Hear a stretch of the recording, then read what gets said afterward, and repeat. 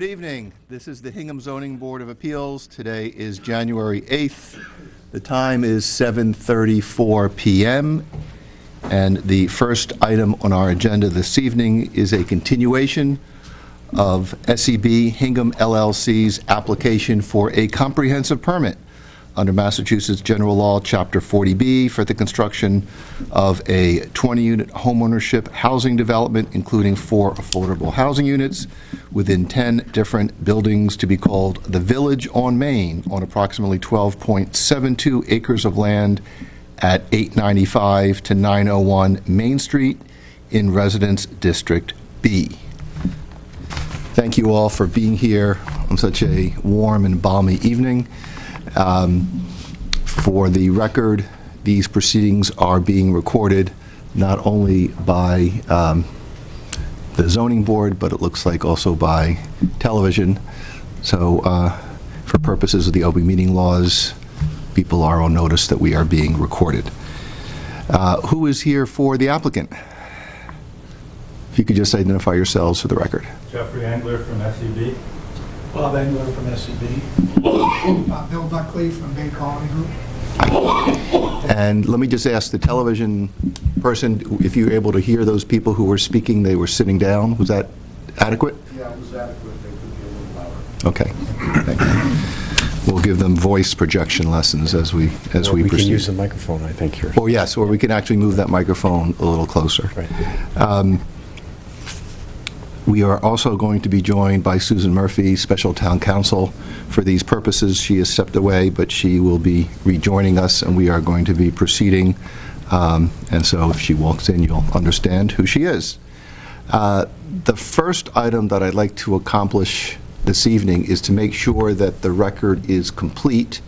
There have been a number of submissions that have been received by the board, and it's important to us that they be included in the public record. It's important to us that the applicant is aware of what's been received so that there's no surprises and they are aware of what is available if they haven't received it either by mail or email. They are certainly invited to come into the zoning board offices and obtain a copy. Our zoning administrator has prepared a list, and it is several pages of items that have been received. Emily, is there a way to summarize this? The list itself, I'm going to make sure is available to the applicant and is on record so that you have access to it. Do you have an extra copy that we can actually hand to the applicant right now? You're welcome to have mine. So I'll credit the zoning board clerk, actually, with compiling most of it. It's chronological, so it really does just cover every document that we've received, including emailed correspondence since last February when the application was initially filed. I'm just going to note a couple items for the record, and the first item on a note is that now the applicant has this list. And if you need additional copies of the list, let us know. But it's important that you're aware of what we've received, that the public is aware of what we've received. The first item on the list is correspondence dated February 28th, 2013 from Robert Engler, addressed to the zoning board outlining the application. The next item is a binder with information as outlined below, and that information as outlined encompasses more than one page. There's a certified list of abutters, and then the check for the filing fee. The next category of items on the list are documents submitted after filing that have been included in our record. It begins with a transmittal to town departments from the zoning administrator dated March 6, 2013.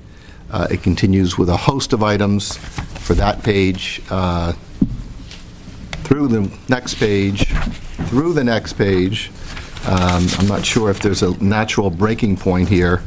I guess the most natural breaking point is the last item on the list, which is a letter from the Hingham Board of Health to the Hingham Board of Appeals regarding the Village of Main Street 40B project, dated January 3rd, 2014, and received by the Zoning Board Office on January 7th, 2013. That's a two-page item.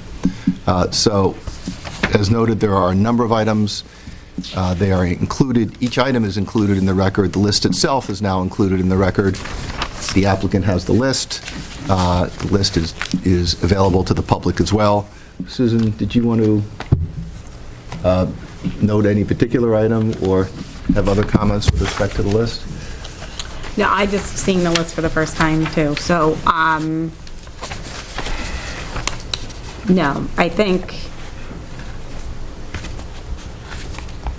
it's all set. I haven't seen the list. I don't believe any of it's attorney-client privilege, but if you get a request for anything that was between me and town officials, if you would just let me know and I'll clear it before it goes. Sure. Thanks. And just a note to the applicant, if there's items that you expected to be on the list that are not here, something that you submitted that this indicates we did not receive, please let us know and we will supplement the list so that it is as complete as necessary so that you can proceed knowing what we've got and everyone will be in harmony as these proceedings go on. Emily, anything else you wanted to add for this? Thank you for putting this together. That was really a lot of work. And there certainly has been a tremendous amount of review effort by this board, by its staff, by the boards and staff of a number of other agencies, a number of other boards, town boards, and it's all greatly appreciated.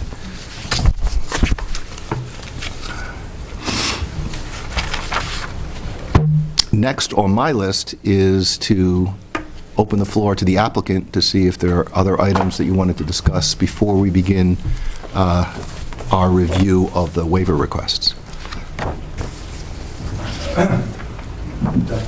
And if you could move, you can either move the mic closer or, right, that'd be great. Endeavor to project a little bit better. You might be able to raise that up, too, I guess. But, okay, if you're sitting, that's good. Thank you, Mr. Chairman.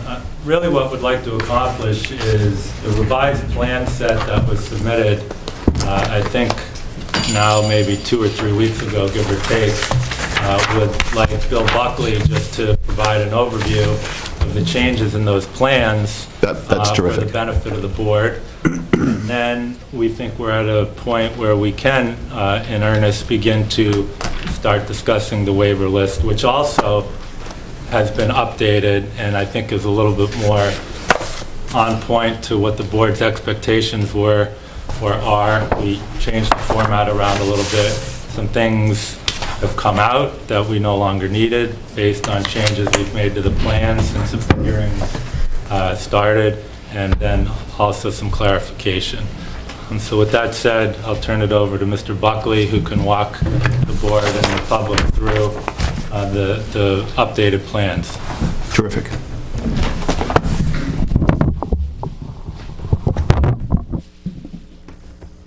I hope you're going to raise the mic because... I thought it was set up high. Get on stage.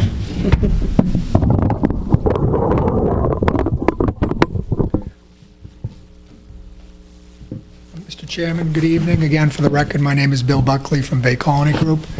And I apologize for the, it's nice and light in this room, which doesn't help this. But what we've put out is a rendering of the modified plan that we've prepared based on comments we've received from the professional staff, consultants, and from the board at our last meeting.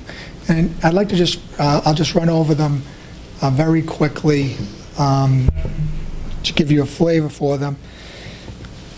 We talked about it verbally. I described last meeting how we were going to change some of the stormwater structures, which at the beginning, the initial design, were located more under the roadway, coming in this area here, and we're concerned of Mr. Cheshire during if they had to be modified or maintained, they might block access.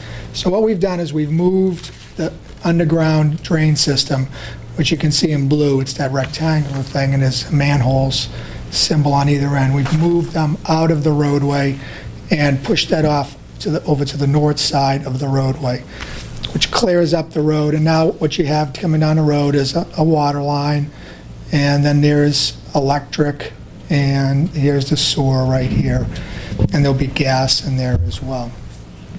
We've also, based on some comments we received from the, I think it was Department of Public Works or the Engineering Department, they've asked us to move all the structures on this site out of the town's layout. So that heavier red line is actually the street line. That's a catch basin, that's a catch basin, that's a manhole. We've moved them so that they're on the property of the project. And initially, we also had an emergency overflow tied into this manhole out here into the street drain system. We were asked to remove that as well, so we've done that as well. So those were the large modifications made in the stormwater, the civil issues. The other issue that the other major change, or wasn't major, but at least major in the context of what we changed, was on the grading plan. And I'll show you that, I'll show you in a minute. The traffic consultant wanted us to grade back in order to improve the sightline distance to the south here. And so we didn't have the grading shown on there before. So this is the proposed grading. The heavy lines is the proposed grading. The light lines is the existing grading. So you can see this is the grading, this is the grading. It just, we're just showing it to make sure that we're not going to be grading on anybody else's property. We're staying within the right-of-way and on our own land. And I think it shows up a little better on this next plan that I'll show you. Oops. Which was the prepared by the traffic consultant. So you can see the grading through here. This is the driveway coming in. This is the site distance line. And now you can see how we've cut back in order to enhance the site distance. There's 3 trees to be removed. And over on the north side, there's a double pole, and one of the poles is called for to be removed. And down below here, you can again see this is a profile. So if you were sitting in your car at the driveway looking to the south, 3.5 feet high, you can see what it does. And this bump in the middle is what was taken down in order to make the site distance adequate for this project. So those were the major changes that we've made. There was the movement I of can the make one statement. stormwater. I can just make one statement for the record. I think that double pole is only a single pole now, because I definitely made a point of driving by there yesterday afternoon, and it Was looked it? like a single one to me. I didn't Is see it? any double poles. Has it? So I think the Cool. light plant's already been out there and taken care of that. Okay, so. great. We'll check that out. Hopefully they remove the right one, as far as we're concerned. But thank you for that. Yep.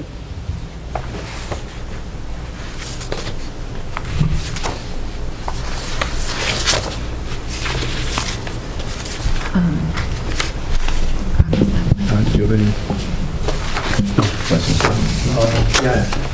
Billy. Yes, I did.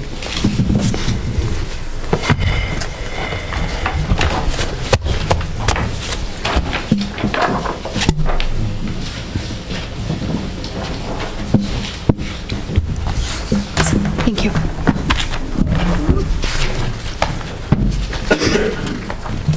Those are copies that you're... This is That's a helpful. copy of Figure that one for that the I'm putting up grading. there. All over. This is just the graphic. Yeah, you can keep... Oh. Unless, Todd, did you want to... Yeah, I'll take it. Have a copy of the copy. Oh, you've got multiple copies? Okay.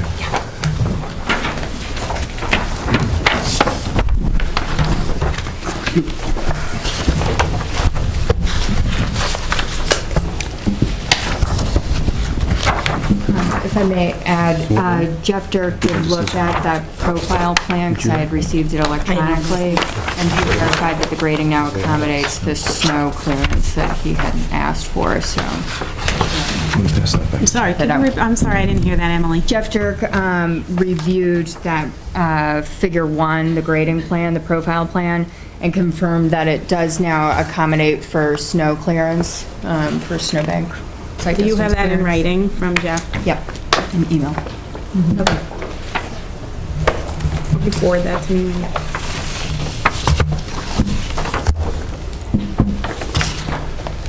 Can you confirm how many structures we now have on the plan? Living structures? Living? Yes, Residential Correct. units, 18. 18. Not structures, units. Units, I'm sorry, units, only because this application was initially noticed for 20 units, and it's now 18. Correct. Right, okay. The number of affordable units is not. That's still at 4.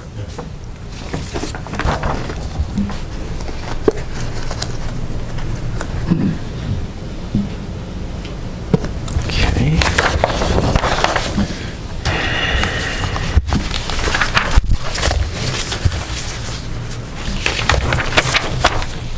John, are you in a position to give us your view?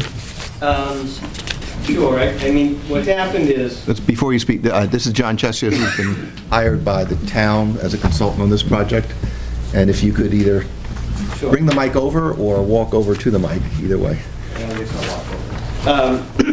so what I received basically were 3 updated sheets. It wasn't a full set.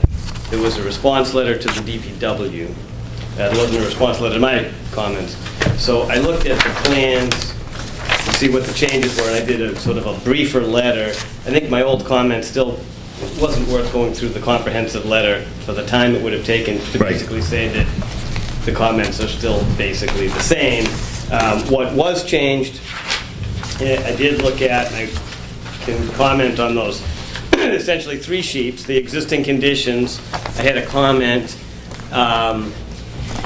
If you look, it's wetland flag A26, but it's sort of where that duplex unit at the cul-de-sac is located. Okay, there's like a low area there. It's 98. It's unclear why that, if that's 98 and the floodplain's 99, does the floodplain go into there?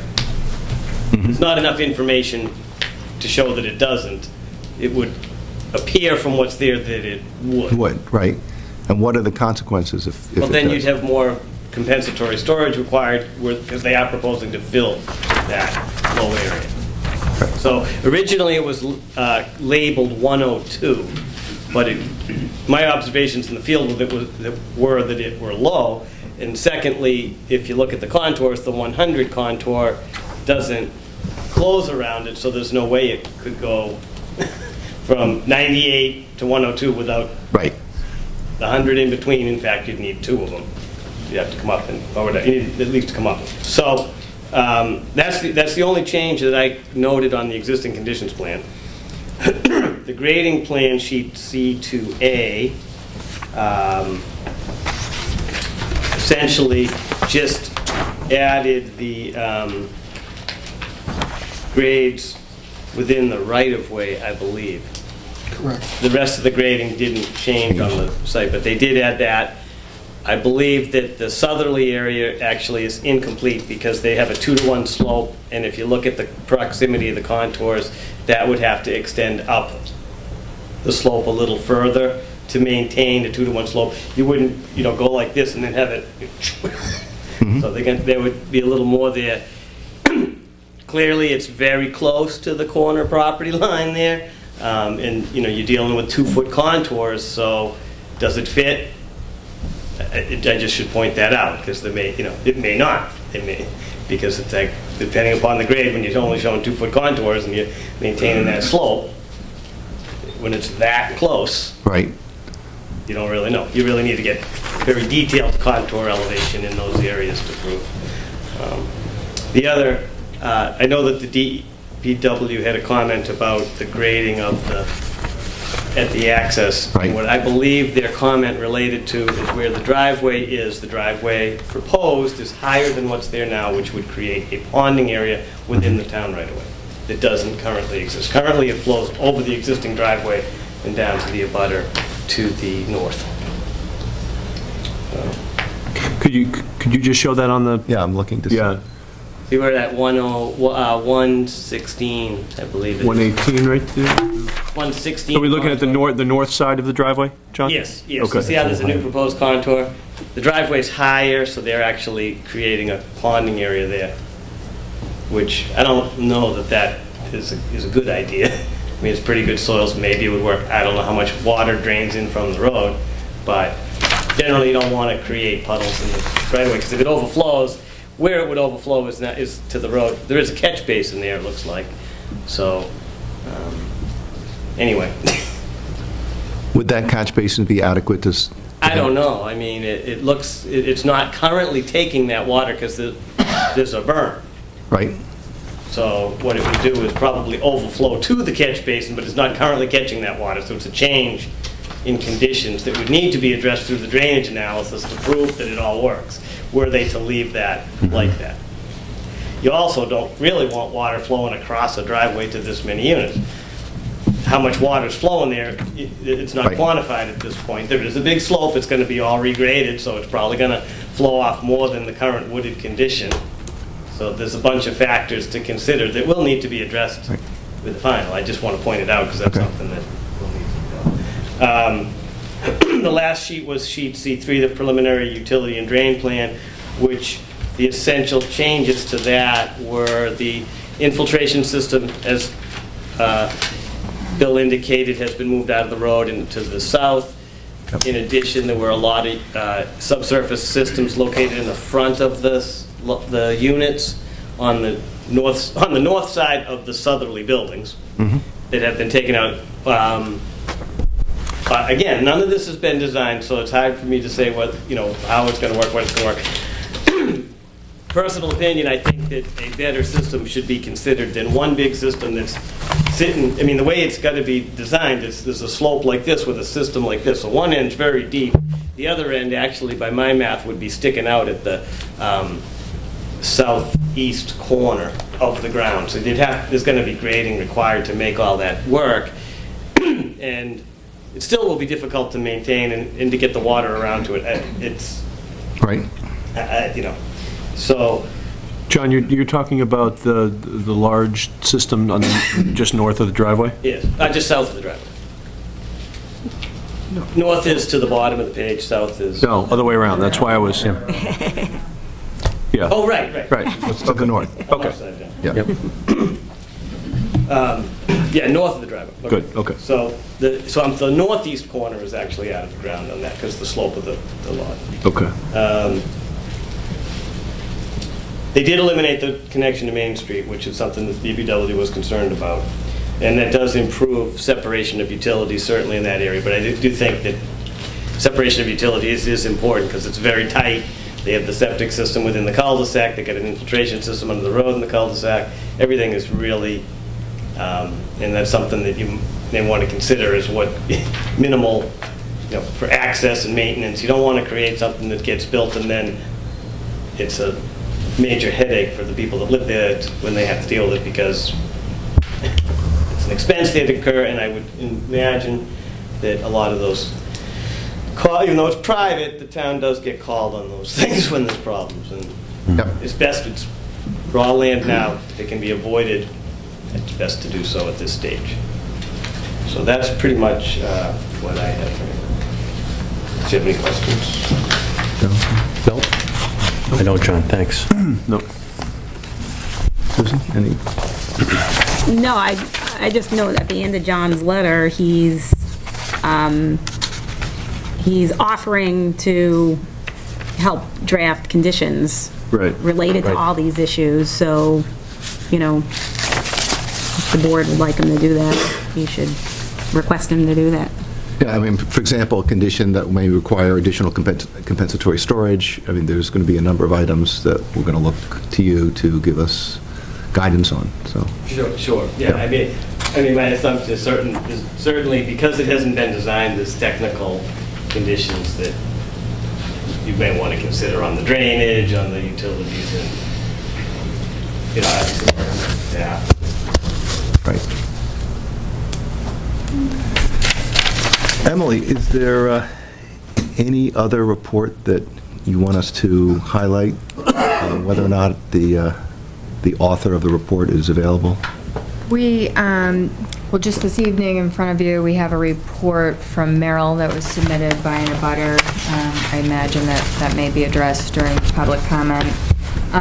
You also received by email and have in front of you comments from the Conservation Commission and the Board of Health on requested waivers that Yep. you may want to review. I'm going to hit those as we go through the waiver requests. Yeah. Okay. I do want to spend the bulk of the evening going through the applicant's requested waivers, but I do know that there are applicants, that there are abutters or neighbors who have some concerns, and there's at least one council present who is, who probably would like to speak on behalf of those neighbors, and so I'd like to get that in the record before we turn to the waiver requests. So is there anyone at this point who would like to make sure that their comments are being heard by the board? Yes, sir. If you could, the mic is here, that'd be great. My name is John Hersey. I have an issue. This gentleman here, John Chesler, he represents the town, is that correct? Yes. Yes. Okay. There are times when he comes before you, when he represents a private concern or a development. There are times. Am I right? I am not aware. No. I have not done that for Okay. It's a been, long time. it's been a number of years since you were with, I'm not in my, You used to when work you for were with another Kohler company and Cole that did, Antonio, but right. He doesn't anymore? correct. he hasn't been in He's front of 5 us years. representing a private party that I can recall since he left Yeah, I his can't- former So firm. that's all he represents, is just the town now? He's representing the town's I interests. just want to make that Yes. clear. And you're going to go over the concerns that the health department has? And Yes. the conservation has? Yes. Okay. I have right to raise a concern over still the traffic issue. I hope that's all been resolved now. My biggest thing is, I don't know what the report is for the health. I want to hear that, and I'm interested in the conservation. That's like a thoroughfare there from the deer that run back and forth. Okay, that's an issue with me. Also, the roadway, is there any off-street parking for the people there, or is it all going to be on-street parking if they have a party? How's that going to affect the, So are you asking if they're going to park on Route 228? No, they're going to park on the development, I mean, on the road. They're going to park there for overflow? Where's that going to go? Is that an issue? I'm asking, is that an issue or not? Parking is something that we're looking at, and we'll go over where they're going to park. Because I know they have driveways, I understand that, but Yep. if they have a party, holiday party, I mean, Yep. is that going to obstruct the road? Yep. Okay, thank you very much. Good. Anyone else? You will have a chance later, but I just want to make sure. Yes, sir. Mr. Sullivan. Walter Sullivan, 893 Main Street. We're the abutter right to the north. We did submit a report from Merrill Associates that we solicited today. We asked them to review the revised plans, and they continue to indicate that the plans don't address health and safety requirements that should be interested to the town, and most specifically to my wife and I, who reside right next to it. Although, as the anglers have pointed out, they have a relaxed standard under the comprehensive permit, they're not allowed to ignore things like health and safety. I'm not going to go through the entire 5-page report, but in the summary, Mr. Brzezinski indicated that conceptual plans and documents and the information submitted do not demonstrate traffic safety, drainage compliance, health and safety are being addressed with this project. Significant traffic safety issues are not addressed, and the applicant has not demonstrated compliance with DEP wetland stormwater management regulations and state sanitary code. I've addressed before our serious concerns with the review of the traffic. I questioned the traffic count as our consultant. Our consultant did not simply rely on the data of the applicant's consultant, but did their own traffic analysis, as Mr. Brzezinski pointed out, and found the traffic to be significantly higher than was attributed by the applicant's consultant, noting that the level of service was an F for the 3 peak times, most specifically when the schools were dropping off and letting off. That was never addressed. I happen to know that the Planning Board rules and regulations require that a major thoroughfare have 500 feet line of sight, and clearly Main Street qualifies as a major thoroughfare. And I would urge this board to adopt that standard in any type of conditions. The current line of sight of 325 feet, which they're alleging, doesn't even meet the AASHTO standards for right-hand or left-hand turn in all instances of that, as is pointed out in Merrill's report. So I'd urge the board to look very carefully at that. As direct abutters with such steep slopes, we're mostly concerned about the drainage. As is pointed out in the report, there are 5 stormwater retainage basins that are at a 20-degree grade that are 100 feet from our property, clearly going to spill off. There's a retainage wall apparently placed on the southeast corner of the project, according to Mr. Brzezinski, which is apparently there to prevent some type of breakout. That hasn't been demonstrated that it's structurally sound or will preserve the integrity of our septic system or prevent any type of water runoff onto our property. Obviously, these are health concerns. The comprehensive permit statute doesn't alleviate them from those. They need to comply with those. The applicants had the opportunity to submit detailed information to the Board of Health and Conservation Commission, and they decided not to do so. They did so, as Mr. English Sr. indicated, at their own peril. Consequently, they shouldn't qualify for any waivers from Concom or the Board of Health because they've chosen not to cooperate with us. They're entitled to a relaxed standard. They're not entitled to ignore significant concerns of health and safety and traffic. Lastly, as Concom noted in their email to this board, this is a very sensitive nitrogen loading area where they're proposing to put a 54-bedroom septic system to the corner of my property. The Eel River is there. None of that has been addressed. Most notably, they haven't shown any type of plan for a catastrophic failure of that septic system. This is supposed to be an affordable project. There's no fund in place for these people. The anglers are going to be long gone when that happens. As Mr. Anglin knows, at Linden Ponds, they've had a failure, okay, and that had to be addressed. Derby Street has had a catastrophic failure. They had to deal with a tight tank while they were repairing that at $5,000 a day. This is supposed to be an affordable project. None of these things have been submitted. All we've gotten is cursory information, and with all due respect, it's an insult to the abutters and to this town that they have chosen not to work with us. So we would urge the board not to grant any waivers and to actually deny this project. Thank you. Thank you.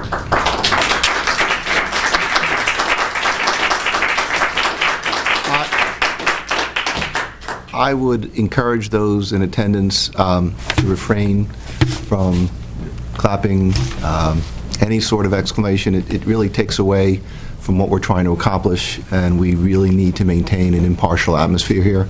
So while I understand your support for things that one or more people may wind up saying, please respect the dignity of these proceedings and refrain from that. Is there anyone else who would like to speak? And again, there'll be other opportunities to speak, but I just want to make sure that key issues are highlighted. Okay, with that, I would like to turn to the waiver requests. Emily, is the list of requested waivers that was recently circulated by you, that's the most recent one that incorporates all of the... Yes. All the changes? Okay. The most recent, like in your packets, versus the one today? This one. Yes, This one. Yes, the one that... The landscape That was table. in our most recent... That's the most recent. mail. Okay. Mr. Chairman, just a question. So we've received this report dated today from Merrill, and I'm not a civil engineer or an environmental engineer. We do have, obviously we've retained John Chesia. Is this, what should we do with this? Should we have John review this? It sounds as though they're raising issues here, another engineering firm is raising issues that maybe have not been raised by our own review engineers, and does it make sense for John to see if he concurs with any of these? If not, what will we do with this? John, have you seen this? Have you seen this, John? I just got it obviously today. And I haven't gone through it in detail, although I don't know that I don't know if there's many different comments here than actually I have. I mean, Correct. essentially, nothing's been designed, so there's not much to react to. Some of the systems are, the infiltration systems are on steep slopes. It's unclear the depth of them, though. If you have a steep slope over them, it's different than if you are high on a steep slope. Right. So I can't really comment on whether or not that's accurate. There's no, septic isn't really designed. There's definitely issues with all those things. I will look through to see if there's something that, John, when you say the septic isn't designed, you mean in terms of its elevation? Any of it. it's been sort of Proposed. preliminary laid out, but Right. there's no full design, there's no calculations, there's no soil testing. Right. There's been some testing done by them, but there's no witness testing, there's insufficient testing. So there's really not much to go on overall with these types of things. As they have stated, they are going to have to do that, but they don't want to do it now. Right, and And that's I want to add that that's an issue that we've had on the record since the very first hearing on this project, in particular, the soils and the suitability of the soils for the septic system. So it's been out there for a long time. yeah, I mean, there's a question about the adequacy of information that's been provided and the obligation of an applicant to provide detailed information in a 40B hearing at this stage. And it goes both ways. The HAC, or the DHCD regs, are clear as to the level of information that needs to be provided at this stage, and it really is not lots of detail. That means that we need to be very careful about how we propose conditions and the level of detail that we put in our conditions. And because the applicant has not provided the level of detail, it may be difficult for them to say that the conditions we're proposing make this project uneconomic. Because in order to say that the condition we're proposing is uneconomic, they then need to provide the level of detail, which is not in the record. So often applicants actually provide the level of detail so that the conditions imposed by the board work. They're at risk because without that level of information, we are free to impose conditions that are reasonable, that address concerns that members of the public are raising, and that without additional information, we won't know whether or not it has an adverse impact on the applicant's proposal. So it really is a two-edged sword, and the applicant has chose to go a particular path. I believe it's their right to go that path, but then they are going to have to live with the burdens having gone down that path. Joe, I'll Yes. just, Emily, the case that the Board of Health asked to review, did that go to the board members? I mean, I know it's listed on your sheet as correspondence. I believe so. There's a case, Tiffany Hill versus Norwell Board of Health, it's Housing Appeals Committee from 2007. And this is one of the issues. So the Board of Health members reviewed it in connection with the 3 meetings that they've had on this matter. So, just to further explain what Joe said, and I'm reading from the case, under the committee's regulations, a developer may establish a prima facie case by proving that the proposal complies with federal or state statutes or regulations or with generally recognized standards as to health, safety, the environment, design, open space, and other matters of local concern. So it goes on, unlike an ultimate burden of persuasion, the appellant's burden is to make a prima facie case is one of production, to introduce evidence sufficient to form a reasonable basis for a decision in the party's favor. So, I guess it becomes the question of whether or not they have introduced evidence sufficient for a reasonable basis to be made that they will comply with Title V, they will comply with state stormwater, they will comply with state wetlands regulations. So, they have to prove that. Assuming they prove that, then the burden shifts to the board to prove that the local concerns outweigh the need for affordable housing. So, but again, it's a little bit of a catch-22 when they're not required to do the full detail at this point. Right. But for example, And you're being asked to make, let's see, a reasonable determination as to whether it will comply with the state regs. but for example, complying with the state wetlands law, that would be a determination being made by the Conservation Commission. Right, after the fact. Not by us. And so we are only looking at the local bylaw issues, and to the extent that they've requested waivers on the local bylaw. And we will need to do more this board will need to do more than simply say it doesn't comply with local bylaw. We need to be able to point out the adverse impact on the community by the project's failure to comply with the local bylaw, so that the bylaw is there not because it's simply a local bylaw, but because it has real meaning to the community, and a failure to comply will have real adverse impacts on neighbors. That's the issue I think that the neighbors are going to have to address. I just want to add that there's a section on here on traffic. I don't know whether Jeff Dirk has been asked to compare and contrast and give his opinion on the Merrill data versus the... Just received it this evening, Right. so no, he Yeah. hasn't had an opportunity to Okay. see it. But So we can forward it. that's to on him, his list, certainly. right? I think we also have in some of the materials that came in since the prior hearing, I think we have some preliminary conclusions that have been drawn by the Board of Health, as I understand it, that the proposed system will not meet Title V. So back to this catch-22 issue. Okay, so the case, in the Tiffany Hill case, the reason why that's the one they looked at, because there's Okay. at least a dozen, if not more, cases on Title V Okay. by the Housing Appeals Committee. Yep. That's one of the most recent, and it really does give a good summary in it. Okay. But basically, what it ends up in that case is saying is, yes, they have to comply with state Title V, and that's a condition that's inserted into the comprehensive Exactly. permit. So it's just, so we were going to handle, if there's a dispute at this point in time, that dispute gets resolved by putting in an appropriate condition. Right. Correct. All right. And the fact of the matter is, even if you didn't put in a condition, as a matter of law, As they a would matter of still law, they have to do it. That's Right, right. So- but I think Right. the added impact here is that we can impose conditions in terms of compliance with Title V, and I think it may be a challenge for the applicant to say that those conditions make the project uneconomic if they haven't given us the detail that would show exactly how they would be complying. Right, I mean, they have to comply with state Title V, they have to comply with state wetlands regulations. You know, the cases I've been reviewing, there's conditions inserted by the HAC with specific themselves, that they've Yep. drafted themselves, related with compliance with state stormwater guidelines. Okay. So all of that language are appropriate.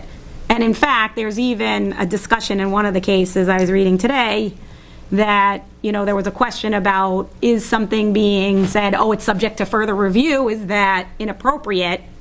And the HAC found, if it's just looking at the design, like, for example, John needs to look at stormwater design, Right. as long as it's not saying the project is not, you know, it's subject to further ZBA approval, it's just technical design review, him saying this is what you have to do to make it, the HAC has found those types of conditions to be appropriate. So referring it for additional review is not automatically forbidden, it's just, oh, you got to bring it back to the ZBA to further review and approve. It's a little bit semantics, but you can require detailed review by staff, engineers, et cetera. As a condition. In the conditions. Okay. Yes. Okay. Yes, definitely.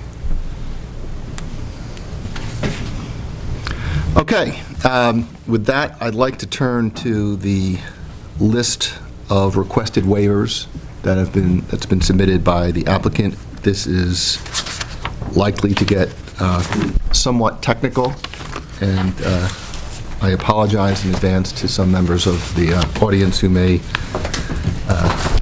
not be following as we proceed. I'll make an effort to be as clear as possible, but this is a level of regulatory technicality that we need to go through. And the applicant has been good enough to group the waivers into different categories, waivers from zoning, waivers from general bylaws, and additional waivers, and so we're going to go in those categories. Does everyone have a copy, or I actually think I didn't bring that. Emily, do you have a... Do you have another copy of that, John? Thank you. Joe, do you have? I do. And Susan, you got it?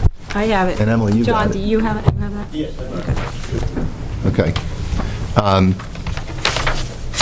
And it would be helpful, at least for me, as we look at the waiver request, to actually look at the section of the bylaw and to see what language they are asking to have waived, so that we're understanding what the waiver request is. The first waiver request, Section 3A, Schedule of Uses, subsection 1.1. And Emily, as we go through this, if you could just chime out the page number so we jump to the right page without as much thumbing as I might otherwise do. That's from page 16. You have your bylaw. Okay, the requirement, multifamily dwelling use not allowed in a Residence District B. Proposed waiver to allow multifamily dwellings in the Residence District B. And if we don't grant this waiver, can't have the project because it wouldn't be allowed. So this is section 1.1, where there is a prohibition against multifamily dwelling units. Jill, just as a, sorry to interrupt. How, are you just doing discussions of these? Are you planning to do a approve, deny, hold? Like, how do you want to Right. approach the list? My expectation is that the board is going to discuss it. I'm going to note areas where there's some concern. We're not going to do a vote on any of these. Okay. I'm going to say voting for the end of these proceedings. Okay. But it would be my intention that the record will reflect what our concerns are, and if we need additional information to make an assessment, we in fact would make that assessment. And as the proceedings go on, it may turn out that the applicant decides to modify the waiver request based on additional information that they hear. But the first one, to me, seems fairly straightforward to require that they're going to need a waiver for the Agree with that, yeah. multifamily dwelling use. Yep. Okay. Okay, the next one, Section 3C, Floodplain and Watershed Protection District. Begins on page 24.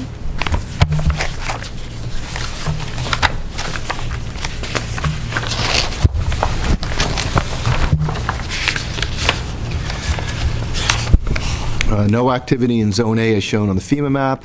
A LOMA has been issued. We will be filling within the Zone A, what will provide compensatory storage, which is allowed under the Wetlands Protection Act. And a waiver is required since this bylaw does not allow filling within the floodplain.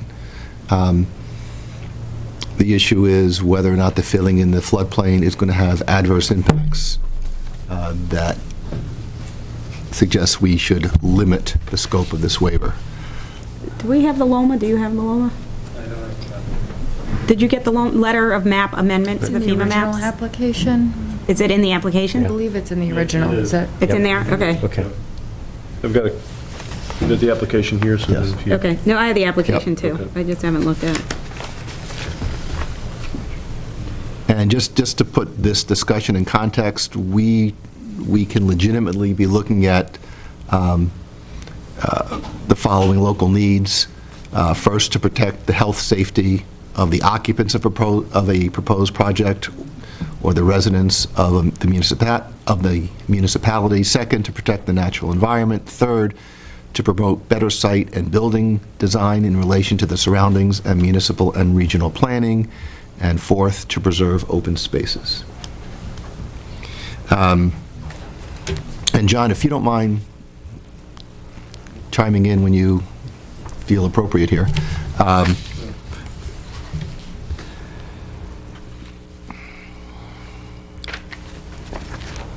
So it would be my inclination that we would not be giving an unlimited waiver here, but we would be looking for limitations on the filling that's going to be allowed. I would think not just the filling, but a demonstration Yep. that adequate compensatory storage has been provided to offset the filling. In other words, there's no net filling within the floodplain. And what would be the adverse impact if they fail to make that demonstration? The potential for flooding in some other area that's not currently within the floodplain, Okay. within the boundaries of the 100-year floodplain. Okay, so we would then, I mean, the water's got to go somewhere. It's going Right. to flow to that elevation. so we would need to be able to look in the record to see where there is support for the view that, in fact, there would be that flooding, or there's the possibility of the flooding, the risk of that flooding. It can't simply be because it's in our bylaw. there needs to be some evidence that, in fact, that's a real risk. Correct. All right. Do we have that in the record now? And if not, where do we look to get that into the record?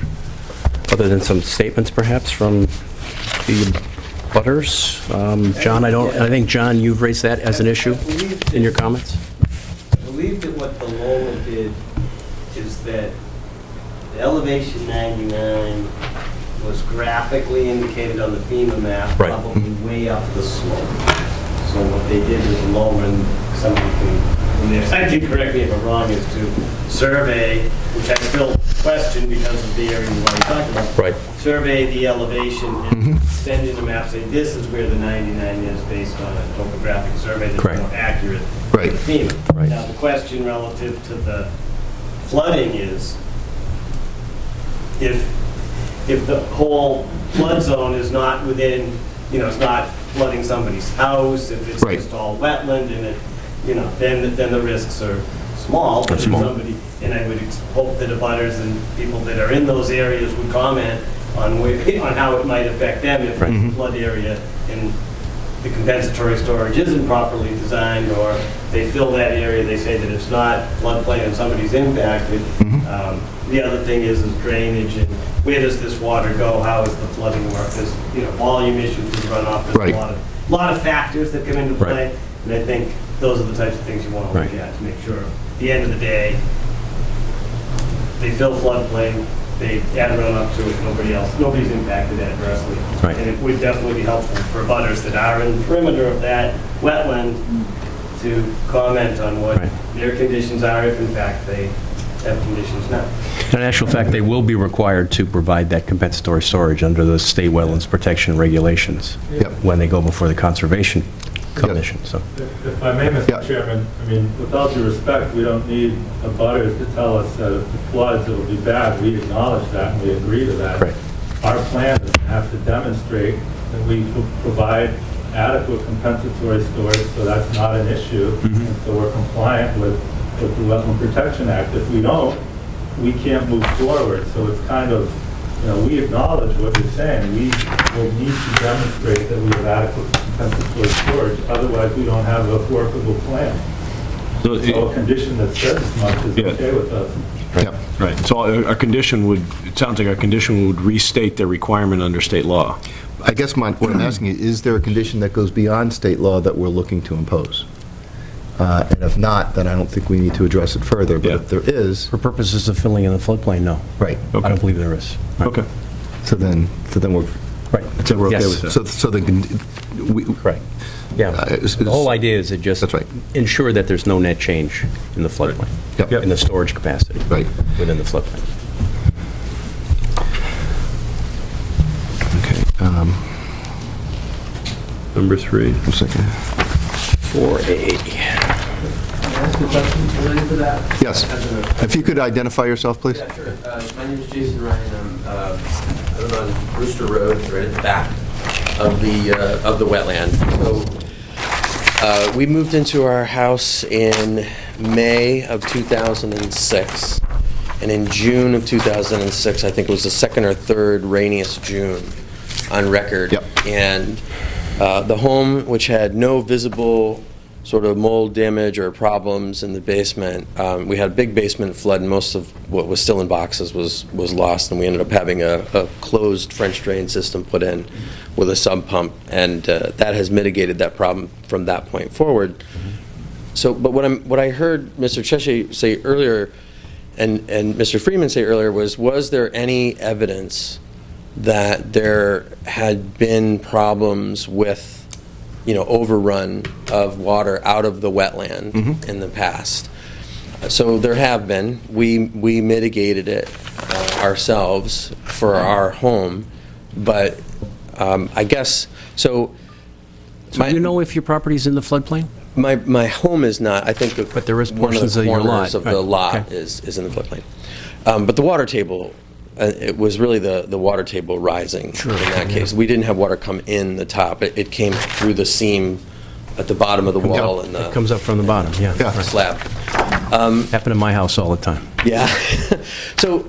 So you have a 4 acres of upland right now that are consuming 100 or 200 gallons of water from a single-family home, and you take that upland and you charge it with 5,700 gallons of water a day. Is it a matter of just the runoff issue, or is any rainstorm going to put more water into the wetland because that property, that 4 acres, is now fully charged and unable to absorb the water, right? So right now it's a dry sponge, and now after this project it's a wet sponge that the water's just going to bounce right off of. It's not necessarily a volume issue so much as it might be a rate issue. You don't want to increase the rate of discharge. The stormwater performance standards clearly state that you cannot increase the rate of runoff off your property during a 100-year storm event. That's pretty clear, and that's a standard that they'll have to meet before the Conservation Commission. I mean, if we get 6-8 inches of rain in a matter of days, as we have in the past, I'd be hard-pressed to blame it on any particular site as causing a problem. Clearly, the problem is there's too much water everywhere, but right. And sometimes that happens. Sure. But it's a rate. It's more or less the rate. You don't want to have more water hitting that wetland a lot sooner than it does now. You want to hold it back, detain that rate, because if you release it slowly, you're not going to raise that level. Okay. Thank you for clarifying, and appreciate the opportunity to share some of the evidence that was called that's for. very helpful. Thank you very much. Thank you. Okay, the next item, Section 4A, intensity regulations. There is no waiver request. No, I don't, I think they're, I don't get why would it be here if it wasn't a waiver request? Right. I read this Is there as a waiver they're request? asking to waive the entire section is what they're asking. Right. That's incorrect. It's confusing, but we don't require any waivers from the intensity regulations. We comply with all the setback requirements and whatnot. That's my understanding. There's no waiver request. Okay. So, I could have left it out, but I just wanted. No, this it is was in before, exactly right. It was. okay. All right. It was. Right. No. Okay, sorry, right. I misunderstood what you meant. Okay. Yeah, I'm with you. Thank you. So there's no requested waiver for item number 3. Item number 4, Section 4B, special requirements to schedule of dimensional requirements, subsection 6. Bottom of page 51, site plan review. 51. Sorry, 49. Yeah, I'm I got jumping 49. ahead. Yeah. Bottom of 49. 49. Page 40. Going. Have you got another copy of the bylaw? You got the blue one, right? Yeah. Next one. Okay. Got a bunch of my. Site plan review being performed by the planning board, waiver requested, consistent with Chapter 40B regulations. In fact, site plan review is being done by this board. Right. So I've got no issue with that. Okay. Correct. Next one, Section 4C, general intensity provisions, subsection 4, density. That's the bottom of 51. That's the bottom, page 51. 18 dwelling units on a single lot is the requested proposal. Their comment is no project without this waiver.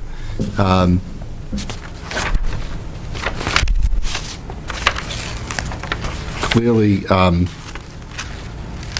for example, if we waived it to 17 units, then there would be a 17-unit project.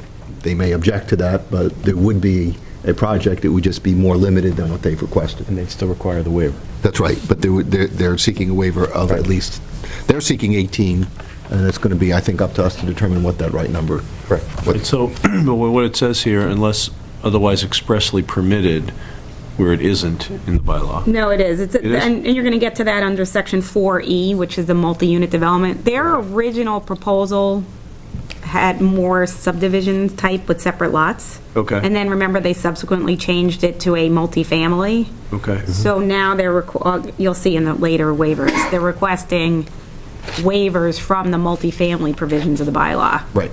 So the bylaw does allow more than one dwelling unit on lot, for example, in multifamily, under the multifamily provisions. And that's where they're requesting further waivers.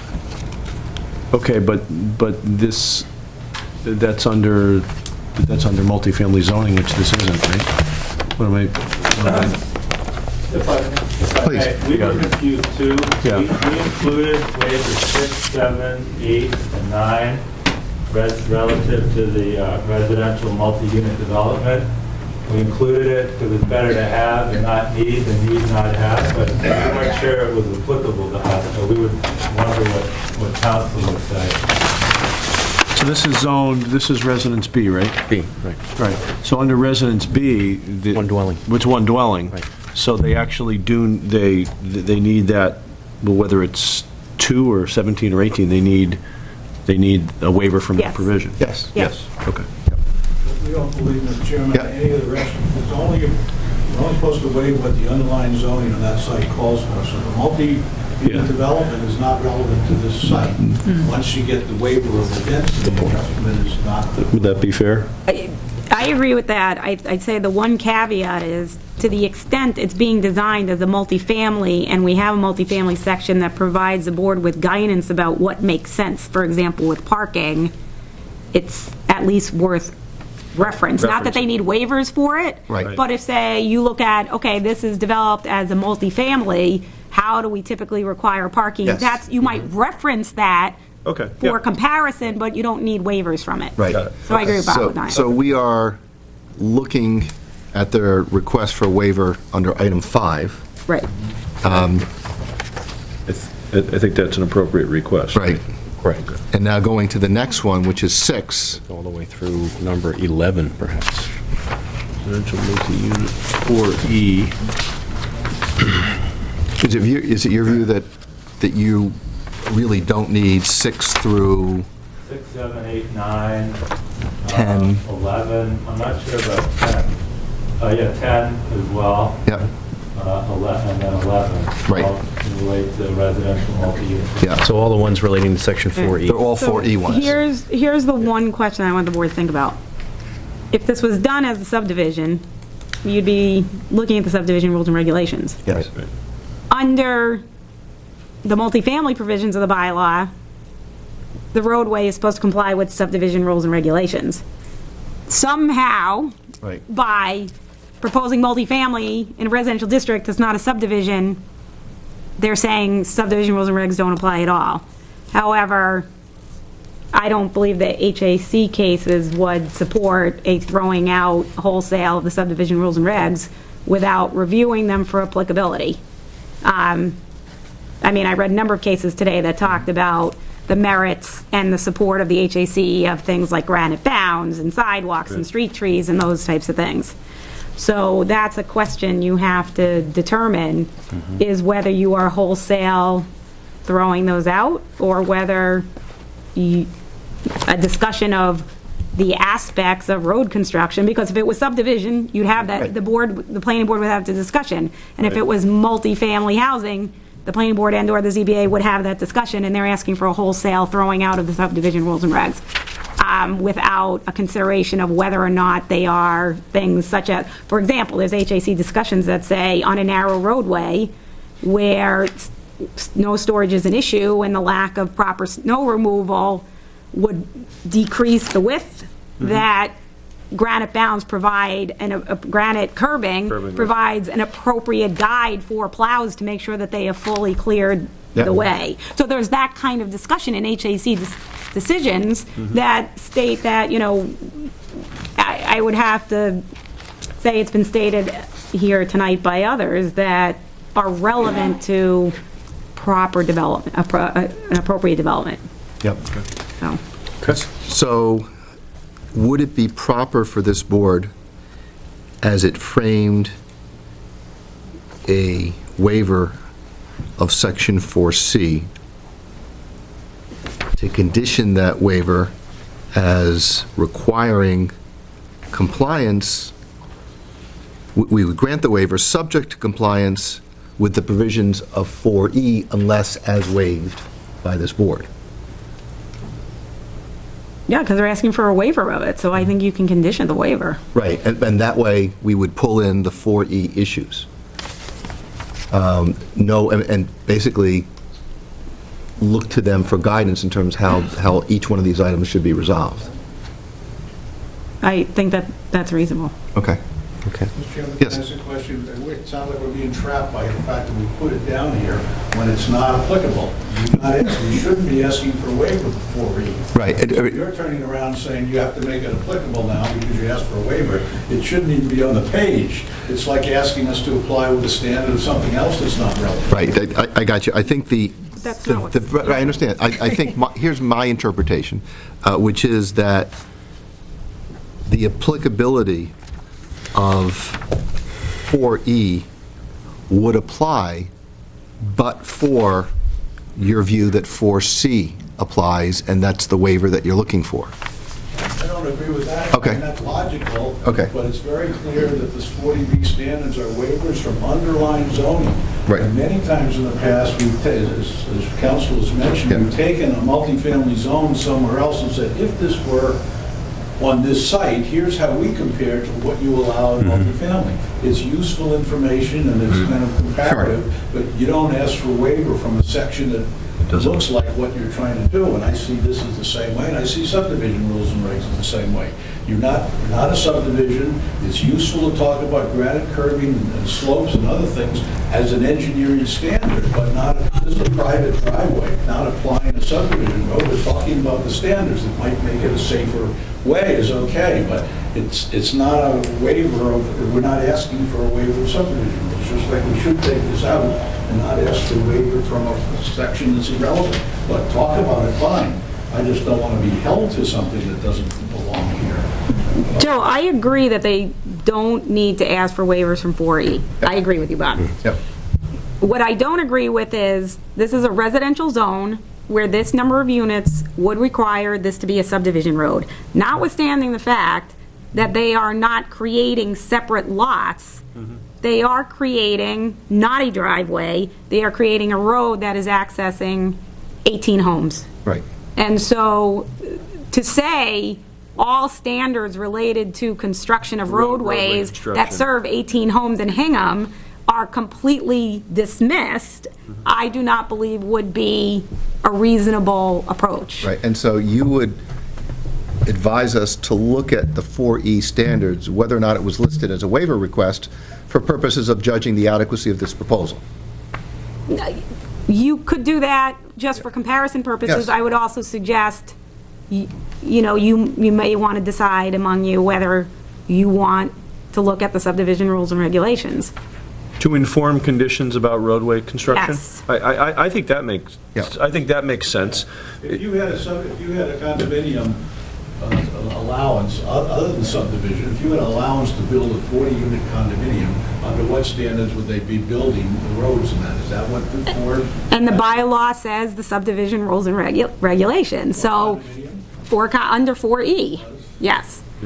Well, because those are the beginning standards Right. from which to, Right. From which to consider. To consider. Well, to evaluate. evaluate. Evaluate what they're asking for. I agree with that. It sounds like we can take some of the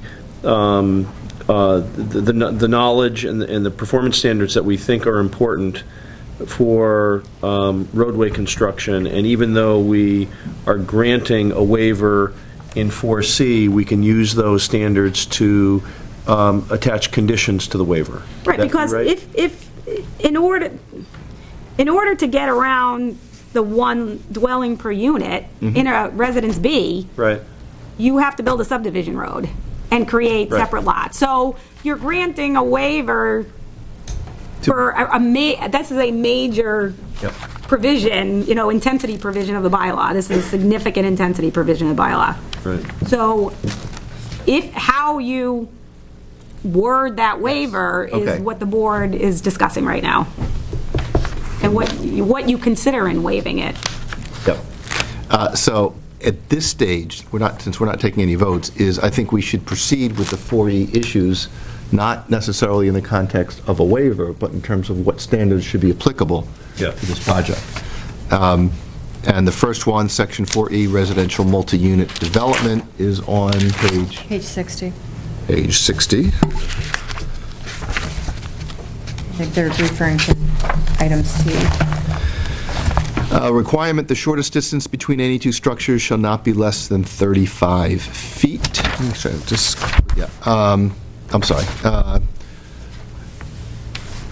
And it says, I realize, and it shouldn't say courts shall be completely.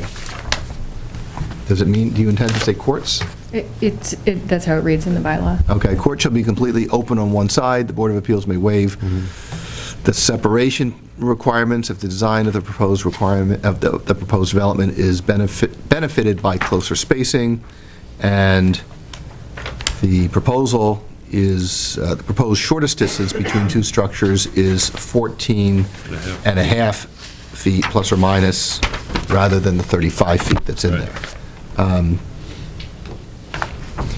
And the applicant's view is that proposed distances between structures allows for compliance with all pertinent DEP requirements and regulations. Requiring a setback distance of 35 feet would necessitate both a loss in units while requiring a more row housing type plan with many more attached units attached in a single building, which is more architecturally inconsistent with the surrounding neighborhood. If we disregard the applicant's view as to what's consistent with the surrounding neighborhood, can we modify this waiver request, which would result in a more row house type plan, so that we'd still have the same number of units that the applicant is requesting, but not in the design that they've proposed? So again, I mean, you're not referring them as waiver requests, right? So you're looking at this and saying, if someone was building multifamily, Yes. a multifamily district, they'd be required to have this space. Their point is, the way we avoid that necessity is just do a long row of housing. Right. That's a valid observation that they are making. Right. And the result of us not agreeing to the waiver request or modifying the waiver request may result in fact, that longer row of housing. But again, they're not waiver requests, right? Right, I'm sorry, I'm not using the right terminology. I just want to make sure, I'm we're not applying that consistent. standard. Right. Thank you, Jim. Right. Right.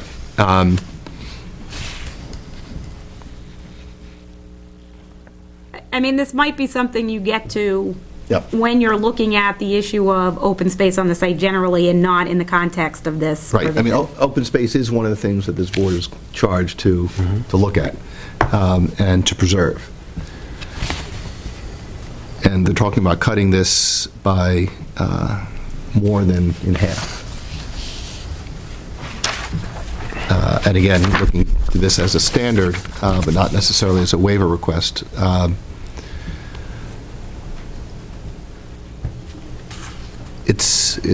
I mean, I can see the argument that the design as proposed is benefited from the closer spacing. But there is the open space that's being sacrificed. Todd or Joe, you want anything? Okay, 4E, Section 1F, still there, same page. There shall be provided a landscape side or rear yard buffer area of at least 50 feet in width adjacent to each property line of the parcel to be developed. All buffer areas shall be planted or preserved in a natural state in a mixture of evergreen and deciduous trees and shrubs, and shall be maintained in proper order so as to protect adjacent properties and present a reasonably opaque natural barrier to a height of 10 feet. In this case, the applicant's proposed shortest distance is 18.5 feet plus or minus at its closest point, which is Unit B7.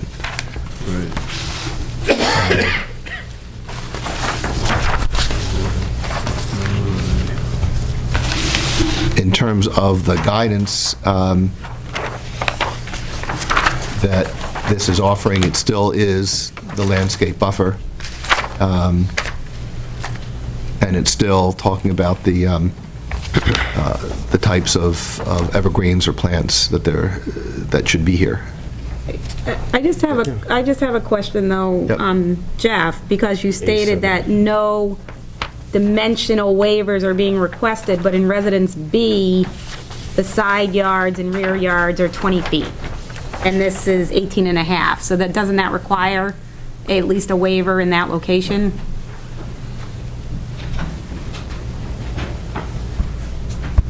If May, can I Yeah. get back to you on Yep. that? Yes. stuff, too? There's no Unit B7 on this revised plan. I'm looking at an A7, not a B7. Yeah, so we need to change whatever the reference, let's, It may have been one of the units. Oh. that came So out. if it came out, it may not be an issue. Which may be why you don't need any waiver for it, right? Right. Okay, so just Okay. need a So you'll just get back. clarification. Okay. Yeah. We'll just Let's confirm that. Right, okay. Okay, the next one, Section 4E, residential multi-unit developments, subsection 1G. There shall be set aside suitably prepared, protected, and equipped for organized recreational activities, site areas equal to 300 square feet per dwelling unit, which are not to be included in the buffer area. The applicant's position, no site areas will be dedicated for organized recreational activities.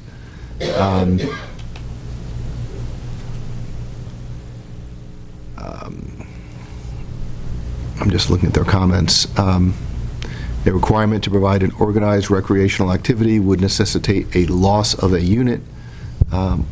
Moreover, in speaking with many Hingham real estate brokers, the targeted market does not want an organized recreational area, as it would necessitate a large monthly condo fee due to upkeep and maintain that area and facility.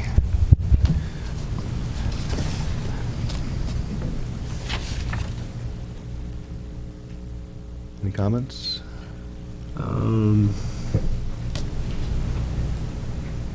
No, so we'd have 300 square feet times 18 units.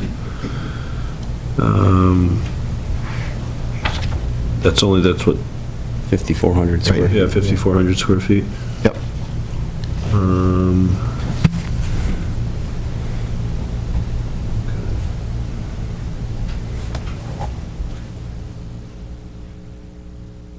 Susan, do you know what the board's practice has been in terms of requiring the organized recreational activity area? For example, the other 40Bs that you've done, Yep. I want to say over on West Street, Lincoln, the Lincoln, right, is that, oh no, what is it? It's Adams. Adams Court. Adams I'm Court, getting my presidents Whiting mixed up. Street, they don't have Whiting it. Street, even over on 3A, the one over the apartments over on 3A, none of them have them. The Derby Creek or whatever it's Yeah. called, yeah, so Yeah, no. I think we generally have Yes. not required Yeah, this. that's my understanding. So, Okay.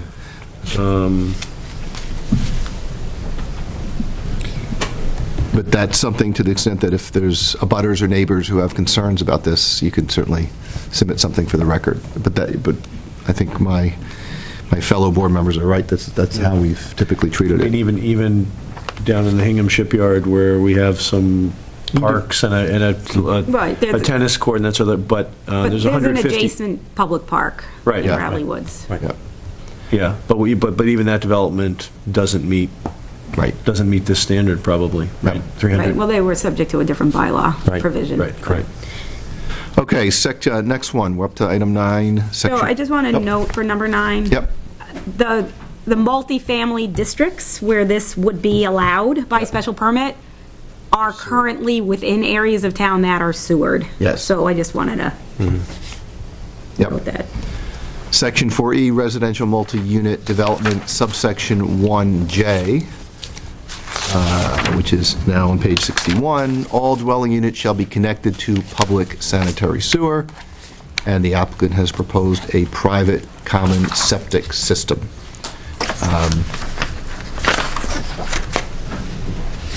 And clearly, if there was not a waiver of this, if this provision applied, you couldn't have the project. And there's no public sanitary sewer in this area. I'll just ask the applicant, has there been any discussion with the town about whether or not sewer is intended to be brought to this area? Not in my lifetime, but I will tell you that there is, because I do work with the sewer commission, and there is no present intentions to bring any sewer lines down Main Street. That's what I need to know. Thank you. Item 10, section 4E, subsection 1M.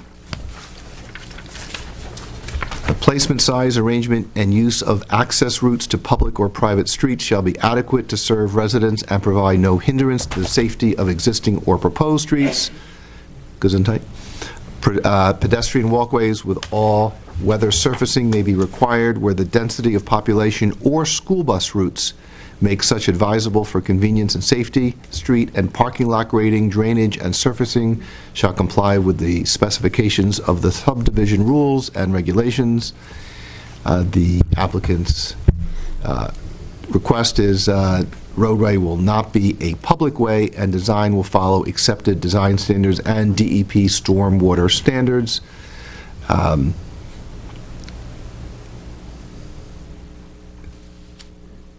The applicant is prepared to comply with, the applicant has put in the record that they're prepared to comply with all design requirements identified by Vanessa and Associates as part of its peer review of this project.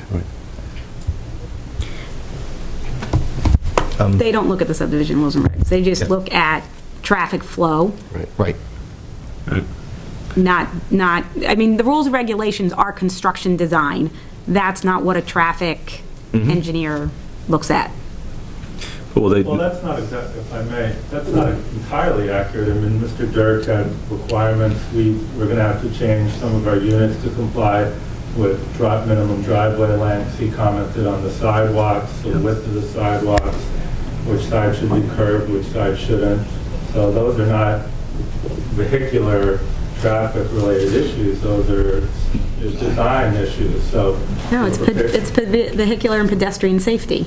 The driveway, the sidewalks in particular, that's pedestrian safety aspect. But it's design related. Right, but it's not constructed. John, do you No, want to it's speak not. to the rules and It's not- regs, what the difference is? Yeah, the difference would be your gravel, your pavement thickness, your type of pavement, your Curbing. backfill, curbing, Right. those types of things. Right. Yeah, it's. I'm looking through them, graded. yeah. I'm not Right. sure that Mr. Dirk looked at, because it's not provided, the information is provided, vertical curves, grids, things like that, that's the type of thing. There are maybe some issues with those things. Well, there's also roadway width, the width of the right-of-way, the width of the traveled way. There are 5 different types of streets specified in the subdivision rules and regulations. So it depends on if we think that applies, if those are relevant, what type of street this is, and what those standards applicable to that type is. All of them require a minimum of a 40-foot width of the right-of-way. But even the planning board has waived that Has waived on that, small correct. subdivisions Right. That's correct. on a fairly regular correct. basis. And I think the issue is not Last how... thing I want to do is have a 40-foot Right. wide Right. swath through the Right. middle of the woods, Right. so. Yeah, I'm not as concerned with the classification of this road as to whether or not any of these standards are necessary for health, safety, welfare Correct. of the residents. Right. And we will be conditioning that to make sure that the safety issues are addressed. Right. And not get hung up on the classifications. Right. There's also things like the length of a dead-end street. You don't want a Yep. street that's too long Yep. for safety purposes, but I don't think we have an issue with that. No. Okay, going on. Before you leave, wait, you're still in 4E? Yes. Yeah, but instead, before you leave, I just want to note for future discussion, one they didn't put in is 1I on the bottom of page 60. And this 2 goes- parking spaces shall be provided for each dwelling unit. Such spaces shall be within 200 feet of the intended users. No parking shall be permitted within the buffer area in addition to the 2 parking spaces per dwelling unit required hereunder. Dedicated guest parking spaces shall be required where building layouts or street design do not provide adequate on-street or off-street guest parking. The number of guest parking spaces required shall be determined during the site plan review process and shall not exceed 10% of the total number of parking spaces required for the dwelling units in the development, and this echoes what one of the comments we heard earlier. Yes. I don't think we don't waiver from that. Well, you don't need a waiver. This was just one of the kind of guide reference Right. points for them to think about when they're considering adequacy of parking. I think we've heard testimony about this, but, right. Two 2 in the garage and 2 in the driveway, correct? Can't get better than that. Well, let me ask, what is your intention for parking when people do have parties and they're having a New Year's Eve party and 15 people are coming over? What any other house in Hingham has to deal with for party. I've never seen a condition or a bylaw requiring a party requirement for how to deal with a party. We don't know, but there's 4 spaces per unit, so and there's the street or the driveway, so that meets the bylaw. I don't know what they'll do for parking, frankly, or what anybody else does. I mean, I was in the neighborhood a couple of weeks ago, there was a birthday party on Highfield Road, with people parked in the street. Much different from the road. No, it's not. So we're not going to get into an interchange, an exchange at this point, but it's just important, at least the applicant has heard that that's been a concern raised.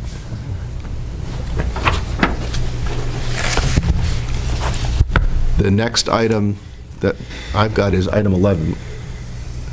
We did not cover that. Section 4E, residential multi-unit development, subsection 5E, local preference definitions. We ask that the board defers to current DHCD local preference categories, as some of the categories included in the zoning bylaw are no longer allowed as a matter of law. This is a matter of fair housing law. So let me, 4E, so we're on page 63, up the top. 63. This is who we give. This is the preference to. for the Right. affordable housing, correct? What's been happening with the 40B developments that Yep. have been, for example, Derby Brook? Yep. That was the most recent approved. The board does include a condition slash Yep. request for, but the DHCD regulations require a letter from the town, kind of substantiating the town's need for local preference. Yep. That's something that the town has submitted in regular course. For example, they did it for Derby Brook, so Right. it's just something you have to think about whether or not you want to include anything related to local preference. But it's not related to bylaw waiver, it's Right. just a generic question Right. for the board. And it's been our practice, I believe, to have a preference for local citizens. I believe all the 40B permits you've issued do have Yep, right. language of That's some right. sort in it. Okay, now we're up to item 12, section 5C, earth removal regulations, subsection 1A, which is J88. page 88.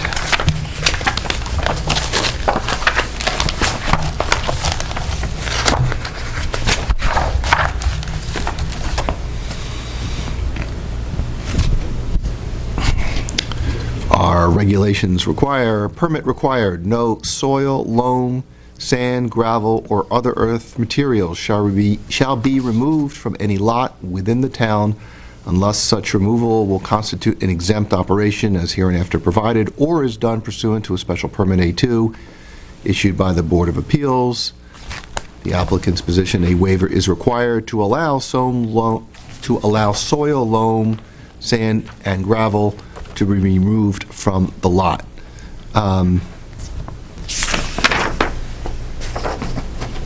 Susan, is it appropriate for us to condition the removal of soil, loam, et cetera, to its placement elsewhere within the town, so the town doesn't lose Yeah, that? you'll see when you get to the next group of waivers that there's a general bylaw that goes to this, which also may apply. Yep. But I would say, if you look on page 90, there is a exception for the removal of material necessarily excavated in connection with lawful construction of buildings, streets, driveways, et cetera. So they may not need the waiver, it may be an accepted activity Exception under the, yeah. under the bylaw. Right. Should we take that out? That's, I'm looking at this. Well, I think the fact of the matter is you do have exceptions that will cover excavation for foundations and that sort of stuff, and also roadway, right? To the extent that you need to do more, you would need a waiver. At this point, I don't know if you've done the calculations or whatever to know if you need more, right? So I don't, there are exceptions here, but not knowing what the potential removal might be off the site, it's hard for us to evaluate, right, whether or not. Right, I mean, just to add on to what Todd is saying, the exception that Susan referenced itself has an exception. It says, provided that the quantity of the material removed does not exceed that actually displaced by the portion of such building, structure, street, driveway, sidewalk, path, or other appurtenance below finished grade. So you may not want to have to deal with whether or not it exceeds the actual amount displaced and just seek the waiver, in which case we would likely condition that waiver. Yeah. You can continue to ask for it, we'll condition it. Yeah. Obviously, here you grant a special permit subject to certain things that are allowed. and Correct. that's probably what you're talking about in the comprehensive. Correct. Yeah, correct. Same standards for, yeah, yeah. Yeah. Yes, sir. Yeah, that bylaw. I think just as you begin speaking, just your name and address so the record's complete. My name is John Hersey, I live at 65 Hersey Street. My concern is the loom. So what you're saying is it's not going to be removed from the property, is that what you're saying right now, you allow them to leave it on the property? No, that's not what we're saying. Okay. Who is going to oversee this now? If they remove the loom from the property, or saying whatever, who's going to oversee this so it gets kept in town? Well, There's two different bylaws, just for clarification. The zoning bylaw does not dictate where it goes. Exactly. That does not require it to stay in town. The bylaw that requires that it not be removed from the town is the general bylaw, which we haven't gotten to yet. So this bylaw has never, the zoning bylaw has never dictated that loam stay in the town. It's just said you can't even move it from the parcel. exactly, but is there So- is there a reason why we could not condition the zoning bylaw with the provision that the loam stay in town? I don't think we would need to, because if we're being asked to waive the general bylaw requirement, we could condition that. I understand, but I'm asking with respect to... I would say that if you look within this bylaw, Yeah. it states what it may include conditions as to, and it lists the conditions. This is just, the purpose of the zoning bylaw, just for clarification for Yep. everybody, is adverse impacts of this. It's really, the initial reason for these types of bylaws were for major excavations, like people who are taking out granite or other gravel and those types of things. So with that in mind, when you review this within the zoning bylaw as opposed to general bylaw, and you look at the types of conditions, it's how is it disrupting the neighborhood and how is it potentially adversely affecting adjacent properties. So when you consider this waiver and whether or not you grant it Right. with or without conditions, I would say you want to look at, well, what's the ways it could harm or adversely affect the surrounding neighbors or neighborhood, and condition that waiver in that respect. Yep. And I would agree with Joe, where the loam goes is the general bylaw, not this one. Right, got it, okay. Okay. And I think that concludes the zoning bylaw waiver requests. And then we can go on to the waivers from the general bylaws. And have they included in the general bylaws? Yeah, they have the Board of Health. What about the wetlands bylaw? Number 3. Okay. We've got copies of both of those. Susan, in terms of how we're proceeding, at some point, we need to make a decision on the waivers so that they have an opportunity to respond. Well, that's why I was asking you at the beginning how you wanted to. Right. I mean, you are going to, I think, when Joe and I just talked about procedure for how the meeting was going to go tonight, procedurally, and because there was a lot to cover, dealing with waivers and proposed conditions in one night was going to, too much time. Right. So I think what we were considering was talking about proposed conditions, the next meeting's, I guess, on the 21st. Right, I mean, and that's, in my view, we cannot vote on the waivers until we know the conditions that are associated with those waivers. So that's why I was thinking we would put that off to the next meeting. Okay. Good, so now we'll continue on to the applicant's waivers, requested waivers from the general bylaws. And the first item is Article 10, Public Ways and Common Land. The Board of Selectmen are the permitting issuing authority, and they've requested that the ZBA act in the place of the Board of Selectmen, which is consistent with Chapter 40B. That's for public ways and common land. I don't, Right, so there's a number of Yep. design issues that get raised under this one. This is the curb cut, the street opening, the grading. All of those require, now, the way the Board of Selectmen handle that is there's an application process that goes through the DPW. The DPW reviews it together with other, whatever boards they think are relevant, and then it gets, assuming it passes muster from that internal procedural review, then it's an administrative approval by the Board of Selectmen. So that is the procedure. The questions have been raised by the town engineer, the highway superintendent, DPW generally, with respect, now, this is not there's a separate waiver down below for the Shade Tree Act, so I'm not referring to that one for now. So, you know, there has been this question raised about the grading, and I don't know how the board wants to proceed in discussing that. well, as I understand this waiver request, it is not asking us to make a decision on how the Board of Selectmen would act. They're Right. asking us to act as the Board of Selectmen, and yes. And I think that's proper.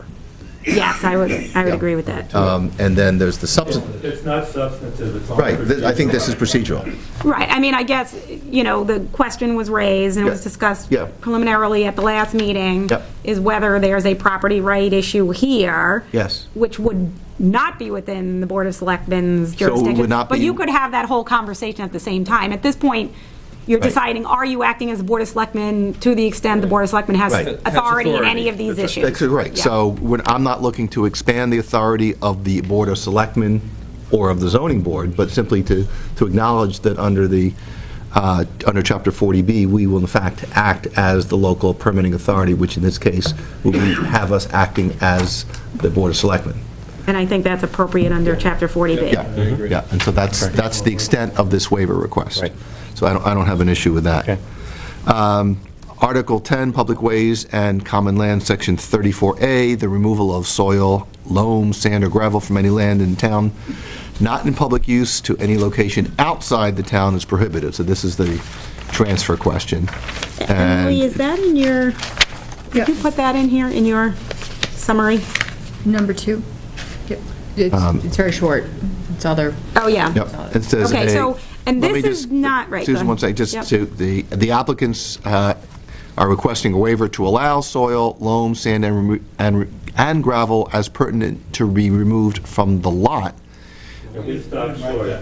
So are you requesting to actually have it removed from the town as well? Well, keep it in the town if we accept it in the town. But if you say it has to be in the town, nobody wants it, then what do we do? So Got it.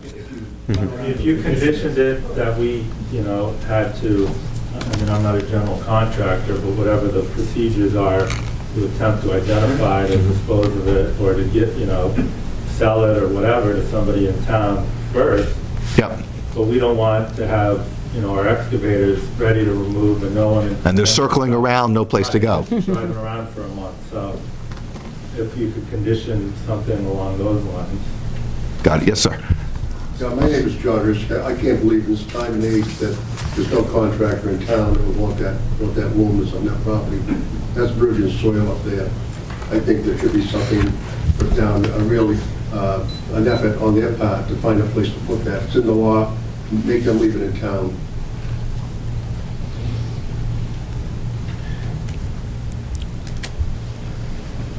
Okay.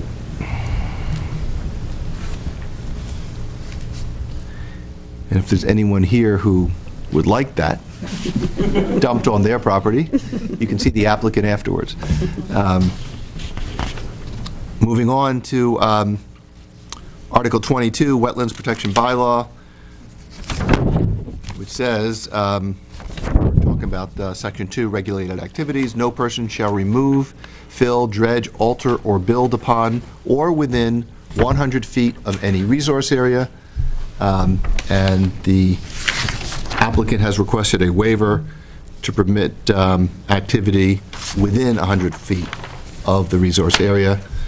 And their explanation is the proposed project cannot be constructed because approximately 80% of the septic system and 5 houses are located within the buffer zone, which to me speaks volumes about the impact that this is going to have on the wetlands.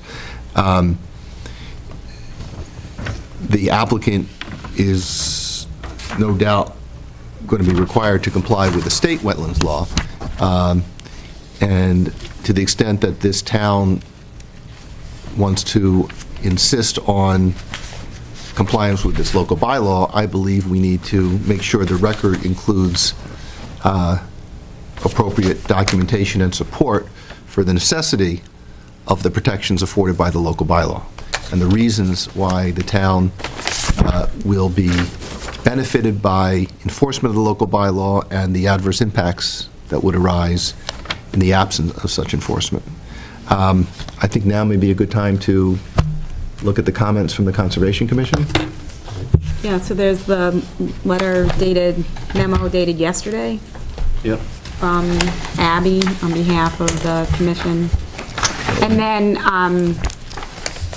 Emily just took just the bylaw. This is not the regulations, it's just the bylaw. The regulations were promulgated under the bylaw. Yep. And has highlighted for you the sections, relevant sections, right, for the waivers. Okay, so I know I've seen, what did I do with It was, it's on the pile today, that you got today. Yeah.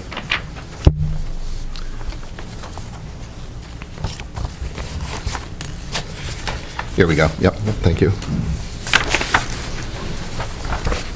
And I believe the applicant has a copy of this. This is a memo dated January 7th, 2000, it says 2013, I believe. It should be 2014, from the conservation officer of the Hingham Conservation Commission. Do you have a copy of that? Yeah, we got it last night. Okay. Yeah, I can see it was only prepared on January 7th. And Emily, if you could mark for the record, the official record, to change that date from 2013 to 2014.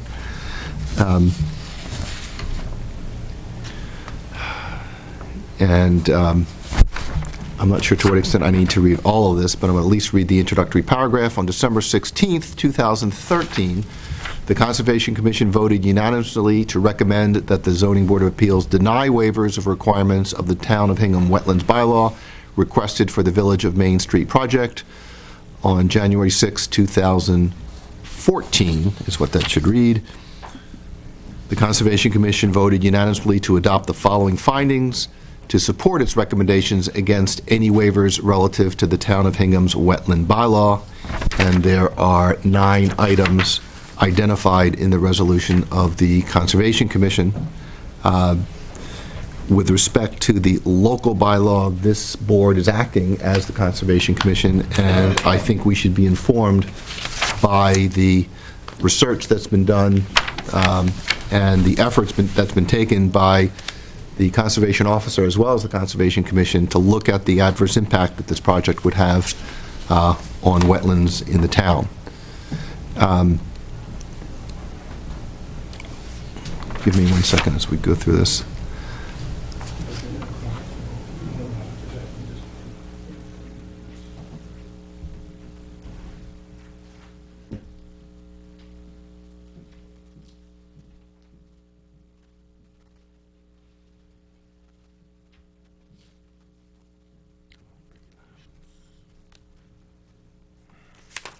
One of the items that I noted was, it's listed as item number 4, that Section 22 of the Town of Hingham Wetlands Regulations outlines specific buffer area values and the importance of protecting buffer areas. Specifically, buffers help prevent water pollution and protect public and private water supplies.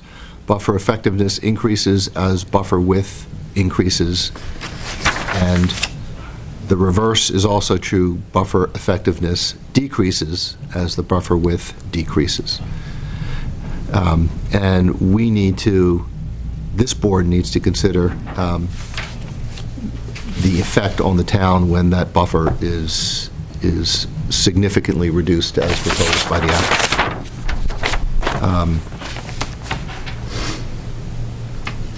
Item number 5, the area in question appears to be hydrologically connected to the Fulling Mill Pond area and public water supply. The public water supply is a protected resource under Section 1 of the Town of Hingham Wetlands Bylaw. To protect this resource, the project should be required to meet performance standards for buffer areas pursuant to Part 2, Section 22 of the Wetlands Regulations of the town. Protecting the public water supply clearly is one of the charges that this board will take seriously as we come up with the appropriate regulations, the appropriate conditions associated with any waiver of the wetlands bylaws.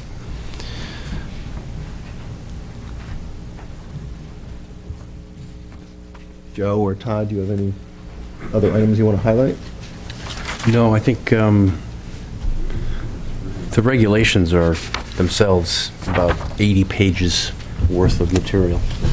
I'm not intimately familiar with it. They don't all apply. I mean, it depends on which resource area you're talking about. Right. You know, the catch-22 here, and I don't know if John can speak to it kind of more technically than I can, is, you know, what the commission is saying is they may be very important on the site. We don't have any information to make this determination, which puts you in the catch-22 of the HAC decisions. That's right. Which would be an appeal of any condition or denial of waiver here at this point where you have no technical information, where the HAC will say, well, you didn't provide any technical, scientific reason why not to. So it's on us in the appeal process. That's right.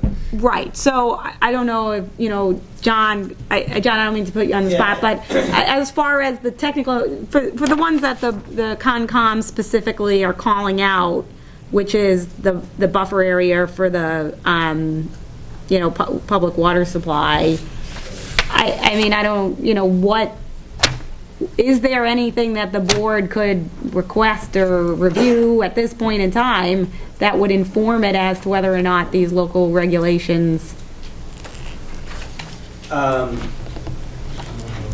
Generally, with other projects I've been involved in of this nature, what happens is, I mean, Hingham has a 50-foot buffer zone. There may be some buffer that's appropriate. It may not be. You may not be able to do 50 and still have the project, but there might be something in between that the board can look at. What can you do if this area is disturbed? They get planted, and then they're restricted from further clearing and modification down the road. So you don't have maybe the 50 that local bylaw wants, but you might be able to get something. Right, well, but the applicant's position is that they're going to comply with the state wetlands requirements, and that's it. Which is zero. And right, it can be zero, right. You may waive it to an extent, rather than you couldn't choose no waiver, which would put a 50-foot buffer strip, which would clearly have a significant impact. That a lot of the stuff would not fit on site. There may be something that's less than 50, more than zero, that you would waive to say, we'll accept this much of a buffer. And how would you determine what that number should be? I mean, as someone stated, you know, more is always better for many reasons. And you have to look at the plans, look at the project, what could make sense that works within the site. Where's the limit of grading? Maybe there's some areas that could be replanted after they're graded and still protected. I did work on a project in Norwell where they did just that. They, you know, backed up after it was done and planted and put a buffer back. Right. But I don't want this board to be in the position of relying on our local bylaw as the reason why we need the buffer. I want this board to say, we need the buffer of X amount for these specific reasons related to this project. And that's, one second, and that's, I think, where we need to focus, because if we don't point to that, it would be very difficult to sustain our burden. Well, and I am concerned that, you know, the connection to the public water supply, and we really need to make sure that we're protecting the town's interests here. Let me ask John a question. I mean, there's, the structures, we know they're probably 20-plus feet away, but what is this the septic system? What is, I apologize, because I haven't been really paying attention to the technical stuff. I've been paying attention to the legal stuff. Is this drainage, or is That's this? the septic This is the septic system. So, and here's the wetland, right? This is the wetland. The light green is the wetland. Yep. So, how close are any of this disturbance, let's call it just disturbance, called generic, how close, what is the closest Well, disturbance to the wetland? I would say the compensatory storage is right up against it. Up there. Up Right, in here, right. because that's This is the the- closest area. Grading And then that's it's close grading- within 50 feet. Yeah, and there's grading The all leach along field here. is at least 50 feet Yeah. or more. Okay?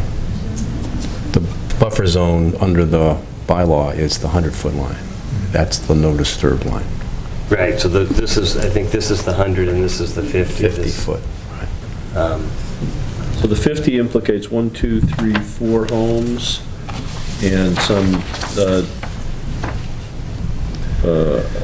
outflow, overfall, or Yeah, this outflow, overflows, I'm sorry. And Yeah, a so lot there's- of grading, right? Okay. I mean, but, oh, Mr. Chairman, if I may, and the point we Please. made with Yep. the Conservation Commission Yep. and the Board of Health is we fully expect to be back in front of the beach board with very detailed drawings that they can further evaluate in terms of under either the wetland protection bylaw or Title V, whatever the jurisdiction. We acknowledge, at this point in time, as he talked about at the beginning, that there's certain details, but we have every reason to believe that our project, our design will comply with that. We acknowledge that it does not comply with elements of the local bylaws, but we haven't seen anything in this letter that specifically states where we don't comply with state regulations, or to your point, why what we're doing, is egregiously harming the town other than subjective statements that having a bigger buffer is nice. right, I think, just to respond, when you go before the Conservation Commission, they'll be constrained only to be looking at the state regulations and not the local. And so that's why, without the additional input that you would have provided to the Conservation Commission, we are handicapped in our proceeding and looking at the impact on wetlands. And the normal course would be to have Conservation Commission review first before coming to the zoning bylaw. We discussed this at the beginning, and you've opted to go the route that you've chosen. The result is that we need to make certain assumptions and proceed in a way that protects the town's interest with respect to issues that, had the Conservation Commission had an opportunity to look at it, they may be able to give us some different judgment than we could otherwise make on the limited information that we've got.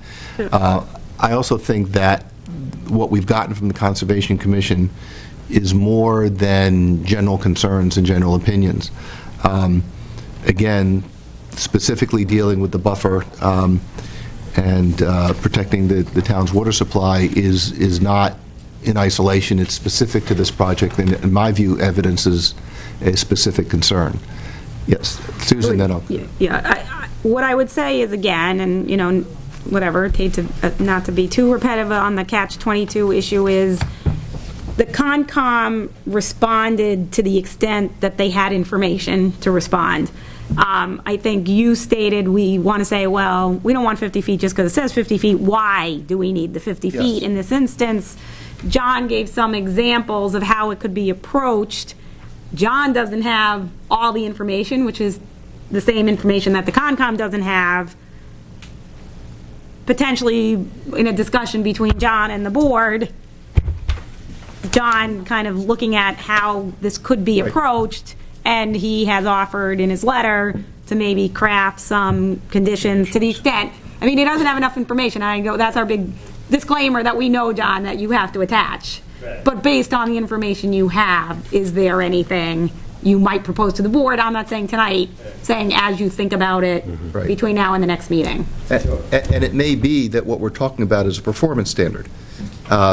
so that, based on the information we have no reason to believe that their ability to meet the performance standard would necessarily adversely impact their ability to do the project, only because they haven't provided us the information that would allow that evaluation to be taken place. And then the review of our decision is limited to the record that they've created before this board. And I don't think they're going to be in a position to say, oh, because of these other items that are not in the record, they can't do it. That's the risk that they've elected to accept proceeding the way they've done it. Yes, sir. Mr. Chairman, Walter Sullivan, 893 Main Street, and I just want to make the record with respect to adverse impact.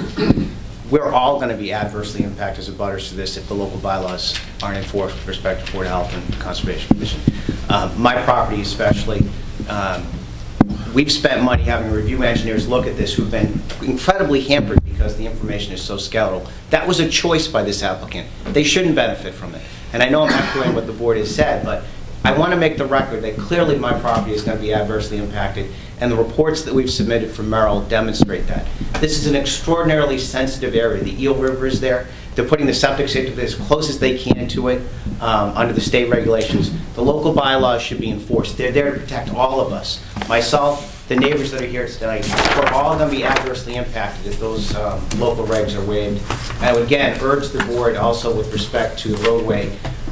The subdivision standard should both be applicable to this for the 500 feet of line of sight, because we're all going to be adversely impacted.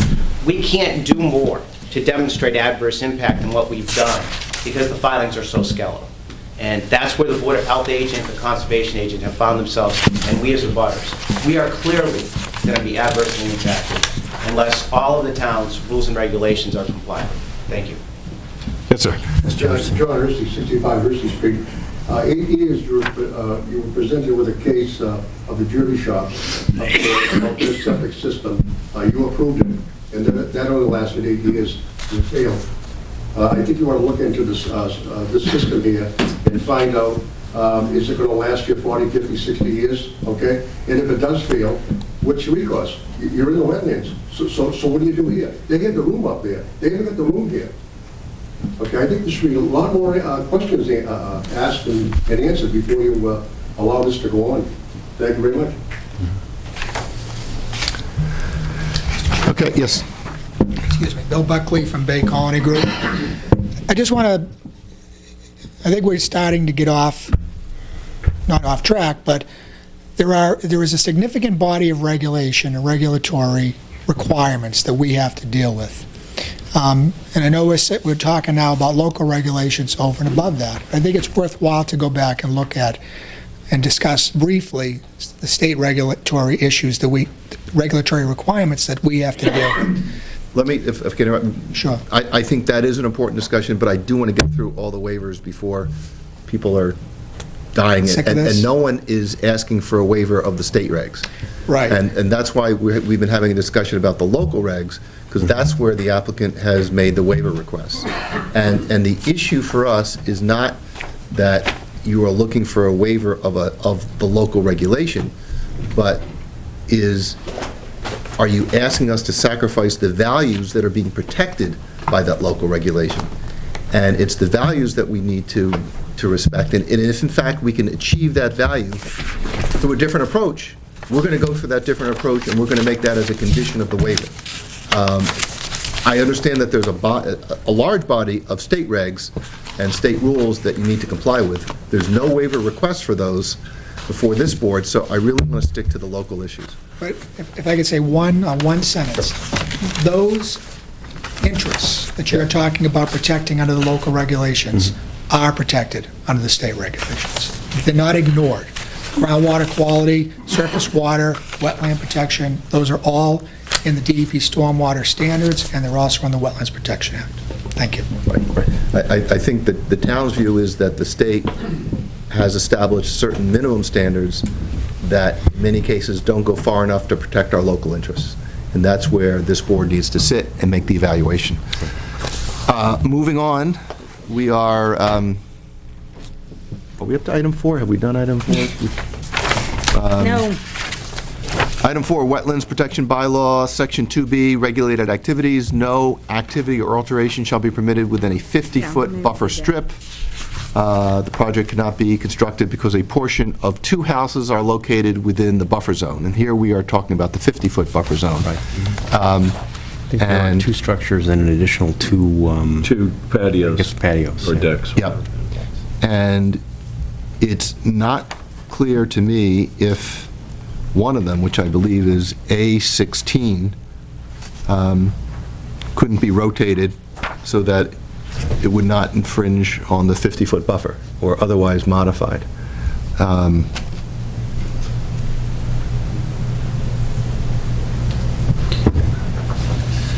But in terms of the adverse impact that we talked about with respect to the 100-foot buffer, I think it's exaggerated all the more as we go to the 50-foot. Right. Joe, do you have any? Right, but it's not just the buildings or the decks here that are in the 50-foot zone. It's also a lot of grading, as shown on this plan. Yep. Even closer than the buildings themselves to the 50-foot. Closer to the wetlands, rather.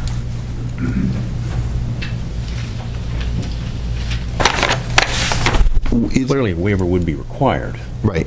So, Is there, and I'm asking this question without knowing the answer at all, is there activity that could be conducted that would otherwise support the wetlands if there were these intrusions into the buffer zone? I have to think about that.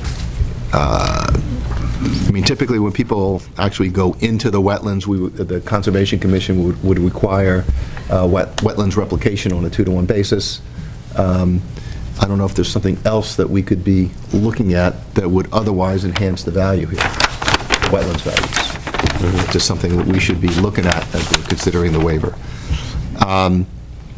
Article 22, this is item 5, Article 22, Wetlands Protection Bylaw, Section 8, Establishment of Surety Bonds. A waiver is requested as a bond is already required by the applicant as part of the 40B process. Susan, would that bond under 40B be sufficient to cover? I'd have to look at that. Okay. Item number 6, Article 22, Wetlands Protection Bylaw, Section 5, authorization of commission to deny project. A waiver is requested, namely the Conservation Commission denying the project. It would be this board would act as the Conservation Commission, so it would really be, this is a procedural issue, from my view. Number 7, Article 26, on-site wastewater disposal system inspection. A waiver is requested. The existing wastewater system will be removed as part of the demolition. That's the general bylaw, Article Yeah. 26, that requires inspections upon, On the sale of Yeah. property. Right. So since it's being removed, we don't need to. Well, is there any inspection associated with the removal that needs to take place? I don't have, We do. I think the inspection under Section 26 is just for the adequacy of the existing system. A functioning system. So we wouldn't, okay. I think that's fine. So I don't think we need I don't see an issue with Right. that. Item 8, I assume, is intentionally left blank by the applicant. Going on to 9, Board of Health supplemental regulations for the disposal of sanitary sewage. I think Am I all the items following are So actually there's part of nothing that. specific under item 9, it's just what's below it? Is that correct? We're not missing something there. Okay, then item number 10, 4B, requirements to notify abutters when filing a septic system design. Title 5 requirement, the abutters are effectively notified under the 40B process. And in fact, is there a difference in the scope of the notification? well, they're notified that this hearing's going on. Right. If you issue a permit, and then they move on to the design phase of the project, and they go to the Board of Health, that could be months and months away. Right. Right. So they're not really effectively notified of that. And do they even have the details at this point to be informed that they would otherwise have in the Section 4B? No, and you know, this goes to how does sending notice to abutters render the project uneconomic is, The cost of the postage could be very, very high. Fine, I mean, if you wanna- fight that. yeah. Okay, so it would be my intention, actually, to note in the record that the applicant is withdrawing the request for the Section 4, Roman 4.4, which is item 10 on the list. Is that, you okay with that? Yep. Okay. That's no longer a waiver request. Going on, item 11, which is Section 4, number 10, requirement to locate existing sewage systems on abutting lots. Comment, will plot systems where the Board of Health has as-built plans showing their location, not a Title V requirement. I need some assistance with this, and I need to look at the Board of Health. Here we go. No, so when they submit the plan of their septic system, Yep. they show the abutting lots, right. and you see where the other septic systems are. Right. So what they're saying is they're just saying, they're willing to plot them to the extent there are plans on record, on file, that show where they are. Right. So I think, How is that different from the current regulation, which is to locate existing, if there's nothing to locate, there's nothing to locate. If they need to locate, they should locate. So what, I'm not clear what the waiver request is. Title 5 doesn't require. On any plan, then we have to do it for the abutters. Right, I understand. So you would, but that is really a request to go beyond what the regulation provides, not a waiver of the regulation. The regulation, the way we read it, was we have to locate those existing sewer systems, whether they've been... Whether they're on record or not. Yeah, then we'd have to go to the trouble of trying to map where they are. If they're already mapped, we'll put them on a plan, but But if they're not mapped, we don't want the obligation to have to go map all those systems. If they're, we don't know what the status of those, the mapping of those systems are. and the reason why the Board of Health would otherwise require you to locate the existing sewage systems on abutting lots, whether or not they were mapped, is presumably they want to know the impact of your activity on other sewage systems, whether or not they're mapped. And what I'm hearing you say is that, Well, what have you done in other cases like this? They must have come out. I do don't, you have a 40B that's not on sewer in Hingham? Well, Derby Brook must not be on sewer. Right. Every brook and septic. I don't know what we've I have done. that permit. There wasn't very much. So is Craftsman Village, that's not on. But was there a waiver of that, or they just accepted it because there was nothing there? They just showed them because there was like maybe only one house. Right. Yeah. Yeah. They don't have a lot of abutters. The houses that were there, they were tearing down. Right. And there may have been something to one side of it up near the front, but actually they weren't building on that lot. Right. I mean, it would not be our intention to take a position that was discriminatory against you in terms of how we've handled others, but in similarly situated situations. But in this situation where you are nestled among other homes, I'm at a loss as to why we would want to waive this. Right. How do you? Well, I guess if the practice, if the practice in town is where the septic systems are not located on any plans held by the Board of Health, what happens? Does this, is the implementation of this section of the bylaw such that the new developer has to go do what they don't want to do? Yeah, do they have to knock on doors? This could be very simple. Yeah. Emily can call Susan Rowe and say, Susan, do you have septic plans for these 10 houses? Right. And it would become a moot point and save you a lot of time. So why don't we, So we're going to defer on this one. we'll until defer we on this know one until what next. the facts are. There you go. Okay. Good suggestion. We've already done that, Mr. Chairman. Okay. The ones that are, the ones on our plan, Yep. that's what's available On which plan? on the plan that we filed, the plan that shows. So that's going to be in the original submission here. Well, it's on this one, too. Oh, No, it's not on this one. where do you see it here? No, he's saying It's the not on this existing plan you just gave us plan. tonight. No. But you got in your packet. Seeing the Sullivans here. Yeah, so which section would? which tab do I want to look at in the original submission and all? I mean, here's the latest existing conditions plan dated. No. Revised 12/18. When was this, where's the revision date? It's up at the top. Oh, revised 12, I don't see any septic systems on this at all. From the Sullivan's. So is it on here? Sullivan's? Yeah, but what about these? Most of those, there was no There's no record information. available. Went to the town hall and looked them up. So the ones where there is documentation, what exhibit number do you want me to look at? C3. C1, I'm here, yep. Yeah. It would be latest revision of It was just circulated this, in the last week or two. So there's only one located, which is Walters? the only one on this plan, yes. It might have been maybe off-site. Bill, I think that was how we located. I think that was the only one that was located because it was the only one in question relative to the setback, to our proposed system.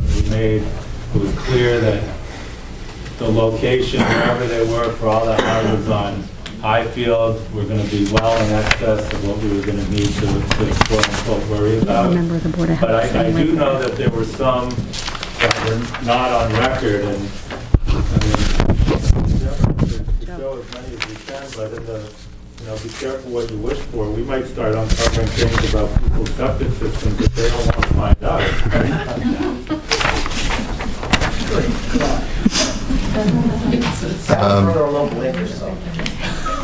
Joe, you have a hand over there. Yes.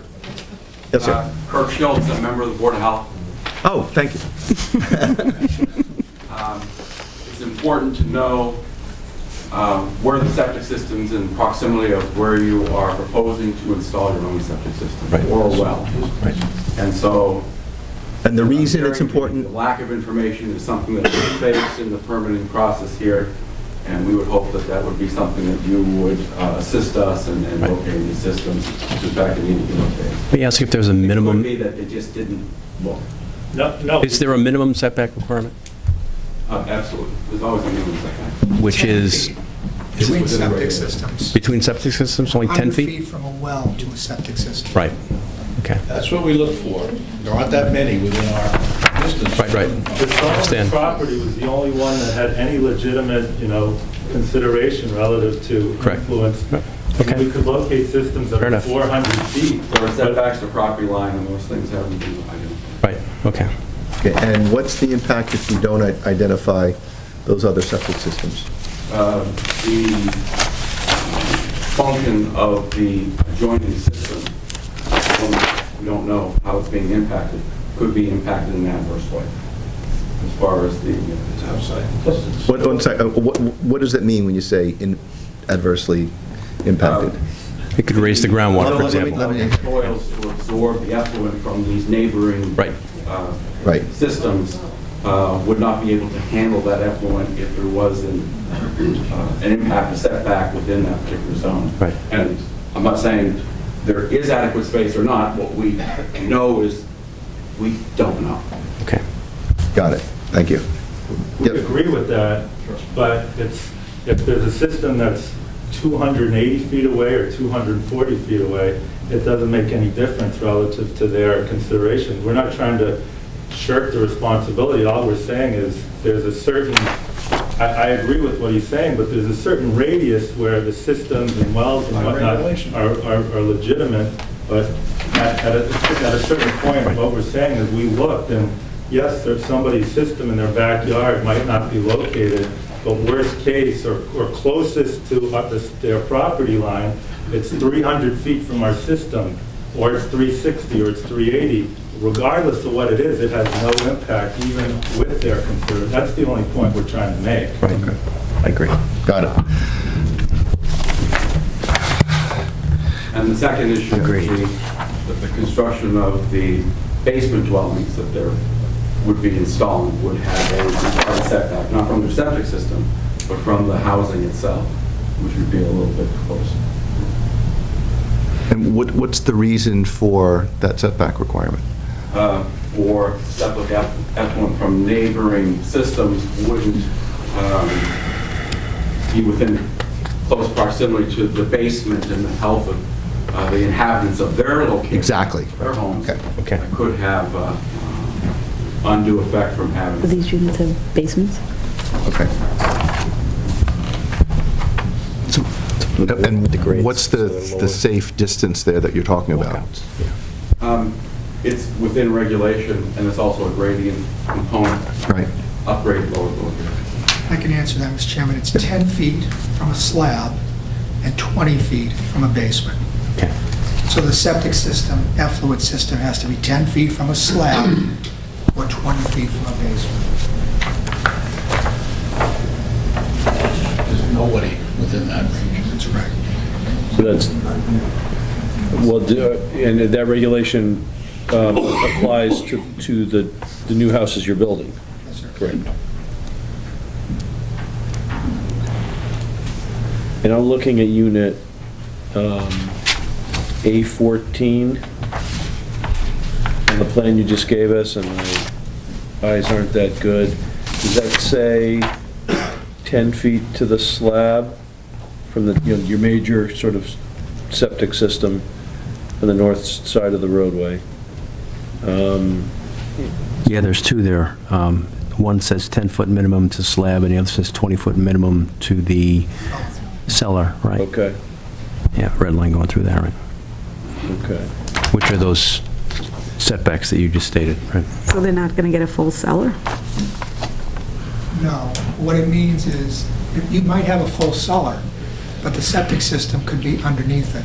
So now it's distance to a slab. If the septic system is high enough, it's distance to the wall.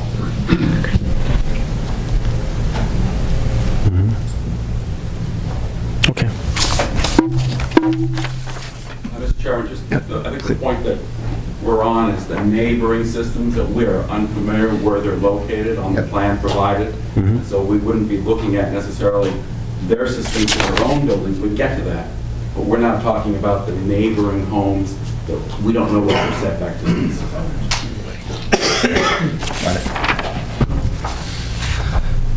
Okay, I believe that was item 12, which is section 4. That was 11. That was 11. That was 11, sorry. Then the next one is, I'm sorry, right, item 12, which is Roman 4, number 11, gives the Board of Health the authority to require additional studies at their discretion, waiver requested. And I am assuming that this waiver means that you looking for a waiver of the Board of Health's ability to require additional studies. Are you also looking for a waiver so that this board could not ask for additional studies?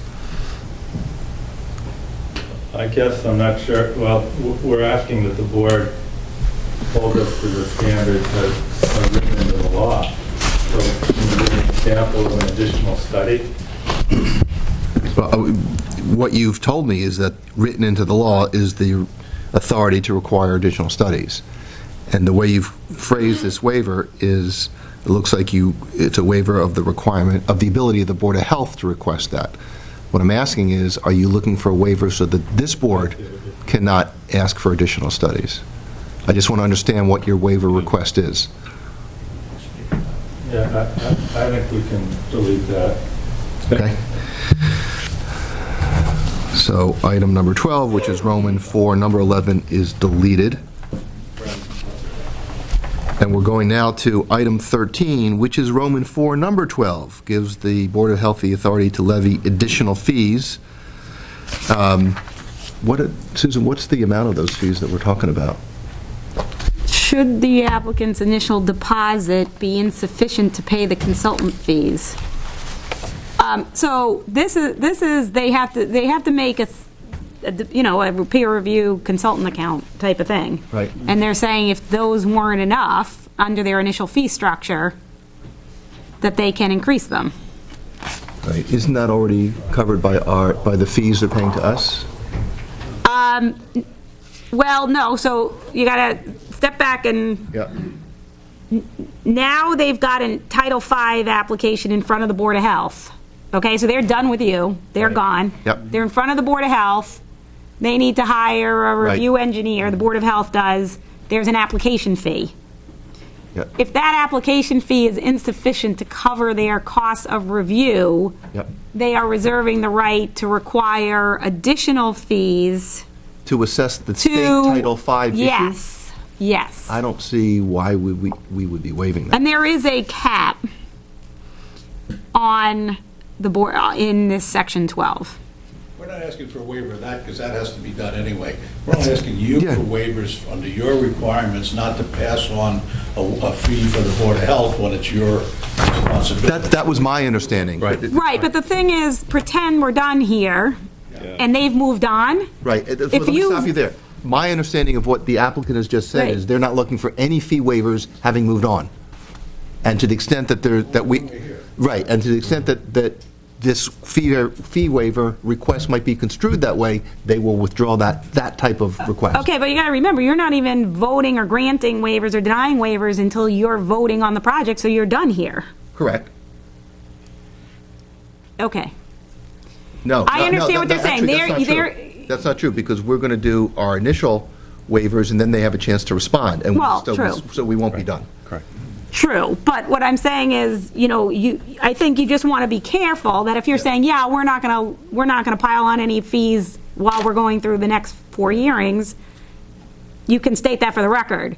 If you waive this, however, then it could be interpreted as when the Board of Health is doing their actual detailed review, they can't ask for fees. Got it. So you just want to be careful Got it. how you Okay.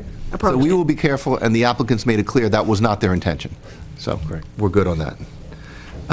That was item 13. And now we're going up to item 14, which is Roman 6, number 3.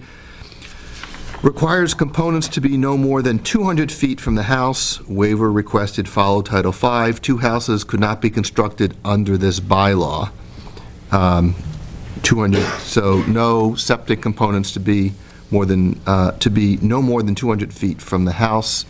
Which two Are we talking houses C1 and C2? The ones nearest Main Street here? Ah, okay. And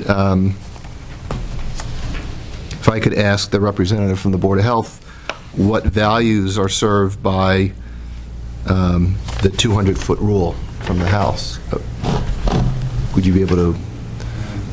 There are a number, but principally when the house is further from the system beyond 200 feet, there would be a failure of some sort that the owner would know about it because of that distance. So by having a closer proximity would make them more intimately aware that there's a problem. That's something we've seen routinely. Additionally, when you have longer distances, there's greater probability for failure of the system because of those distances, the amount of pipe that's involved. That would be a second. I came here tonight to listen and not to kind of go through and have a bullet list, but we can provide that to you if you ask for additional information for that. But those would be the two primary. Okay. And my intention is not to put you on the spot here, but one of the goals of this board is to make sure that we understand the values that are being served by your regulations, so that to the extent there are waiver requests and we evaluate them, we don't sacrifice those values, even if in fact we do in some way modify the reg. For example, the first item you talked about is knowledge, so that they know about a failure. And so that tells me, is there another way to alarm this, for example, so that there's another way that they would be informed, that the homeowner would be informed that there was a failure.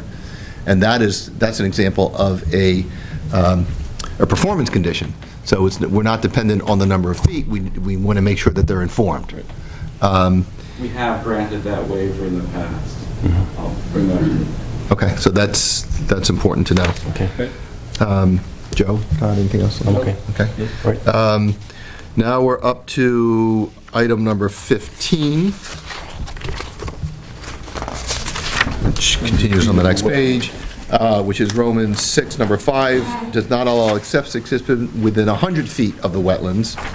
And the applicants pointed out that approximately 80% of their system lies within 100 feet of the wetlands. And I can understand the wetlands protection issue, but is there something else that the Board of Health is concerned about other than wetlands protection in this? I believe one of the local requirements is going to be the 12.5, and I don't have the number in front of me. I can speak to that when it comes up. Okay. And couple the two, or I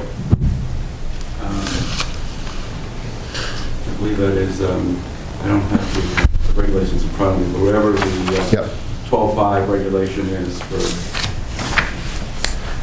square footage relative to bedroom, and why we believe that the local regulation, which is going to be part of the setback, is important relative to our drinking water supply. And that's number 18, Joe, when you get to, Okay. that's waiver number 18. Okay, well, You're welcome.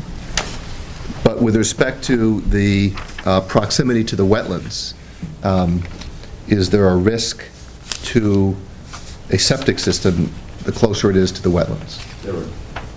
And could you just in general describe what that risk is? It's the septic system being closer to the wetland, it will not be able to disperse the effluent in an appropriate manner as would be required to get the buffer. And is it your experience that the 100 feet is the right number to really safeguard the septic systems from that risk? It is, and that's why we have it as a regulation. Joe, Ty? Okay. Moving on to number 16, which is Roman 6. Number 6 does not allow a septic system within 175 foot of a protected water body, the Eel River. And the applicant notes that their entire septic system lies within 175 feet of the wetlands bordering the Eel River. And is there a reason that we need 175 feet from a protected water body versus 100 feet for a wetland? Yeah. And here's where I'll get into the discussion. Okay. Hingham is unique, where we have a stressed water supply. As a matter of fact, it's classified by the state as highly stressed. And within our town, we not only serve Hingham, we serve other communities, and Hull being one of them that has no water supply. In North Cohasset. In addition to that, having a stressed water supply, and watershed, we have in town wells which do not have any type of treatment, where water comes from the ground and goes right into the aquarium piping. Yep.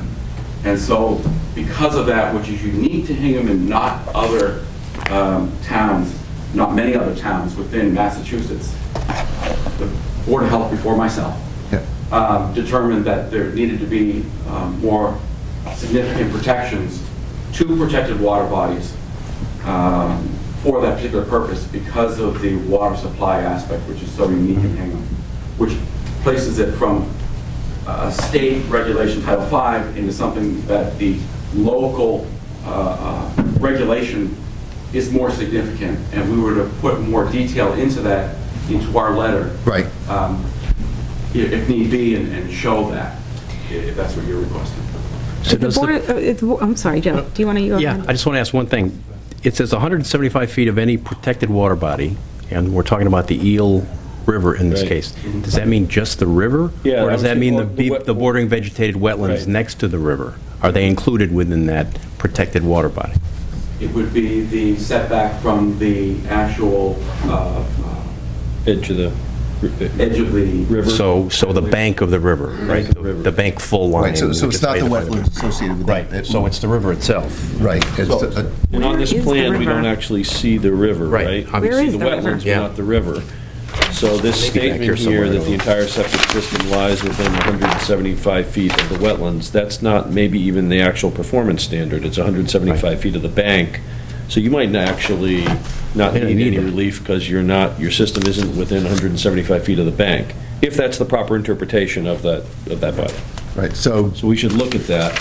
do you know the answer? Well, we'll look at that too, so we Okay. can drop it if we don't need it. Right. Okay, the regulations define protected water body Thank you. as the actual water body, so Trip Hammer Pond, Cushing Pond, And all those portions of, now, all those portions of Tower Brook, Weir River, Crooked Meadow River, Eel River, Plymouth River, but it doesn't say what the portions of a river are. So the question I was going to ask, Kurt, I don't know what the Board of Health meeting schedule is, but I do think it would be helpful if you had this chart, because this is where we're going through and they're pulling out, Joe's pulling out the sections.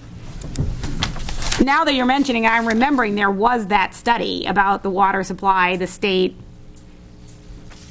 If that was documented after a discussion at a Board of Health meeting in response to these waiver requests, that would be significantly more helpful to the zoning board. Yes. Because if they were going to deny waivers or condition waivers, they have to have the evidence to state in their decision. And you're kind of giving a little bit of a summary of it here, kind of, as you said, unofficially. But it would be much more helpful to the board in deliberating if they had something more official with maybe reference to these studies, et cetera. We were prepared to do that this weekend. We thought the non-compliance to Title V, the first bullet in our letter, was so significant that we didn't think to put the amount of time into the other. Right, well, I'll just, and maybe you heard some of it while you're here tonight, the way the court review these is everything that's missing on Title V, they have to bring to you. But this is the only shot for the board to consider the specific significance of the local regulations to this site, as opposed to them just being generic, this was what we would like. Why is it so important in this location is the specificity that the board needs. And I would ask the board to give us the time to provide them with that information. I didn't know that we had to have that tonight based on the fact that we thought the Title V might have been something more of a... Okay. Your next meeting is the 21st. We have it pre-scheduled, I think, Emily, is that right? Yes, we do. 21st is the next CBA meeting. And we won't be able to provide that information until we know where the Eel River is and the setbacks that were provided to us. Well, okay, well, maybe Abby may know where the wheel, Yeah, like Abby I'm sure Pearsall, we the can get that. conservation officer, so maybe Emily can coordinate with Bruce and, And that's the other thing. yeah. Right. We work with them. Right. Yeah. It's on the 500-foot radius plan.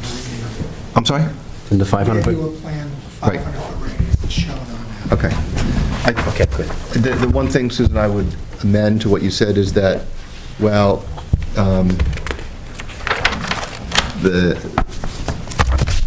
what we've heard is not the official statement of the Board of Health. It is the statement of someone who this board can rely on as an expert. And we intend to, in fact, take that testimony as, so I'm not viewing this as unofficial. Oh, I agree with that. Okay. It's just he's referencing studies, et cetera. Right. But he doesn't have, because he didn't Sure. come for that reason, Got with it. references to the studies, et cetera. Right. So that's what I mean, Right. to have Okay. it more specific reference to the actual studies. Got it. Do you have that, which item? Which That tab was, has the Eel River? No, I want to know Oh. which tab has the Eel River showing on it, because I want to take a... I'm not sure. Do you know which tab it is in the submission? Then, We'll see if we can find it. yeah, okay, I'm going to proceed. Plug ahead. We just did item 17. We're now going to item 18, which is Roman 6, number 8, only allows 110, and GPD is? Gallons per day. Per day, okay. Per 12,500 square feet. Waiver requested, they want to follow Title V. The number of bedrooms would be decreased from 52 to 43.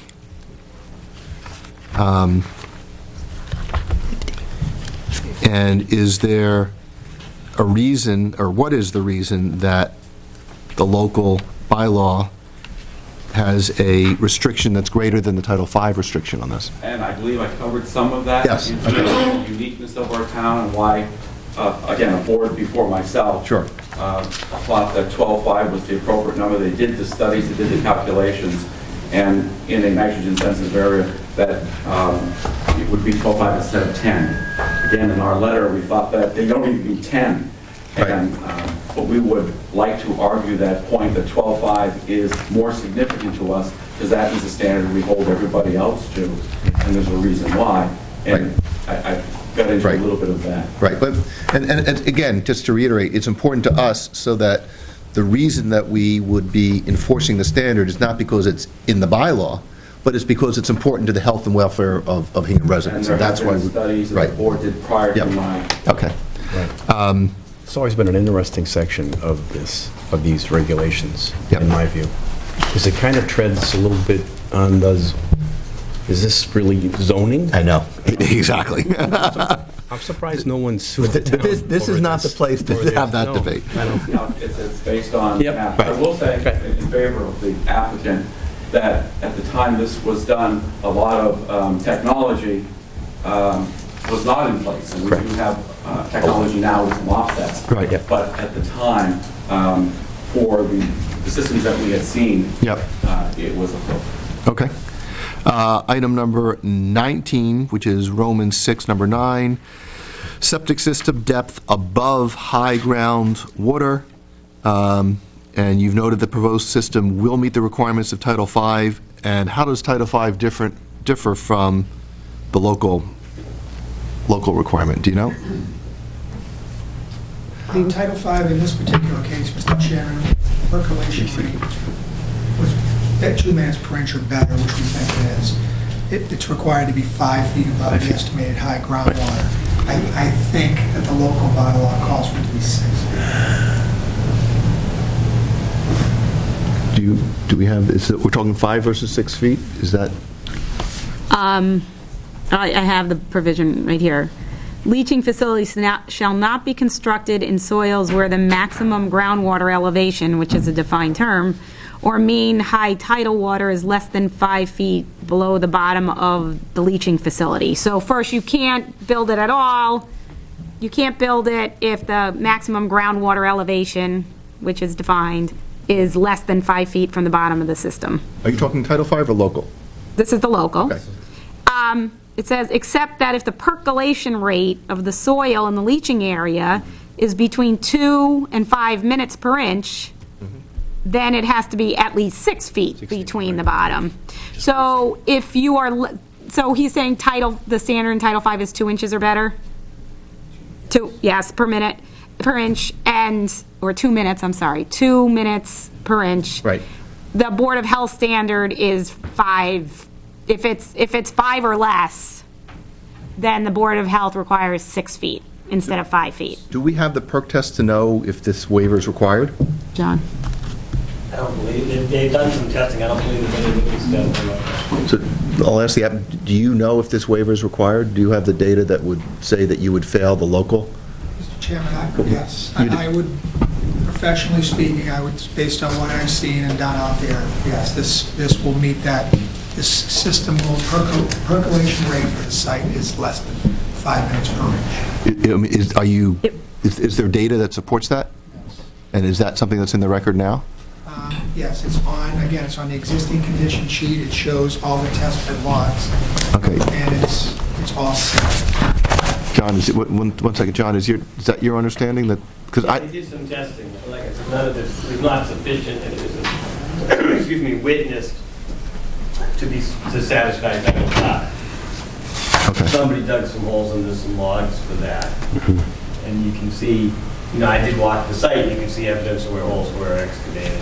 And it does look like it's pretty gravelly. The soil mapping, the state soil mapping or the USDA soil mapping indicates that it's likely a gravelly site. Okay. I would expect that, you don't know. You would expect that it would fail the local reg? You would expect it to be like 2 minutes an inch or Okay. in that range, certainly quicker than 5, based on what studies said. Okay. Documents said. Walter? I was just going to echo that. I'm aware that they did test pits, but they didn't have them witness, and the Board of Health commented on that in their report. So I would just say they did that at their peril, and now they're looking for relief from the local bylaw. Local record should be granted. Are the tests that they did sufficient for Title V purposes? No. Okay, so what I'm hearing is that there is not at least state-accepted data that would allow us to make a determination as to whether or not this waiver is required. Is that correct? This data is not acceptable under Title V, under state regs, and so we do not have data that would be acceptable at the state level that will enable us to make a determination as to whether or not a waiver is required. So of the local bylaw. without witness percolation tests, whatever would be required, again, I don't want to get technical where I don't know what I'm talking about, but without that, could it be said that they have made the prima facie case that they can meet the state regs, which is the burden of proof that the HAC applies, that they have to make a prima facie case that they can meet the state regs? Now, they can show that, for example, just with the wetlands, if there's a zero buffer, Right. they can show, well, we're not touching the wetland. They Right. can make that prima facie case based on their design layout. Right. But if the state requirement is 2 inches, Right. 2 minutes, I don't know, 2 minutes, sorry, Right. per inch, where's the prima facie case that they can meet the state reg? I guess that, I don't know, I have to think about that, but that's a, And at what stage of the proceedings do they have to make that showing? Is that something that's required in the initial Post- filing? or is it- post-permit. Is it during the hearings, or is it afterwards? well, I don't see how it could be afterwards, because if you condition, if Well, we this can permit is condition it that it appealed. has to comply with- Right, right. And so if you impose conditions on say you grant the permit, or deny it because they haven't made, they don't, for whatever reason, and it is appealed by the Right. developer to the HAC, the burden of proof is the low bar for them. So I would think they would have had to have produced it for this board during this review process, because that's what they're appealing. They're appealing your permit. So when else, how could they do it after the fact and it be part of the HAC appeal? Well, I mean, the only way right? they could do it is if the HAC interpreted the regs as limiting this board simply to issuing a condition requiring them to meet the Title V requirement, as opposed to requiring them to show that they have already met, or that the project can meet the Title V. Well, let me, That's the you know what, distinction I I'm was trying to reading those understand. cases this afternoon, Yeah. so, I'd have to go back and spend some more time on that issue. Right. Again, you get in the chicken and the egg That's right. problem I just that, don't want to be on the wrong side of that dilemma. And is it your intention to generate additional data during these proceedings? No? Okay. And it's exactly what you said, that we believe that the state will say you have to meet Title V requirements, and we have to prove that at the conceptual stage. So we're not proving at the conceptual stage. That's when we have to meet Title V. And you're rightfully pointing out, if you want to have a local bylaw that is important enough from an impact point of view to provide that, that's going to be the debate if we ever ended up at the HAC about whether that bylaw is merited. Every town I've dealt with thinks their local bylaw is very important and therefore it ought to be followed, and the state has rules, so you have to follow the state law. So overall, the right is very unique, and everything here is unique.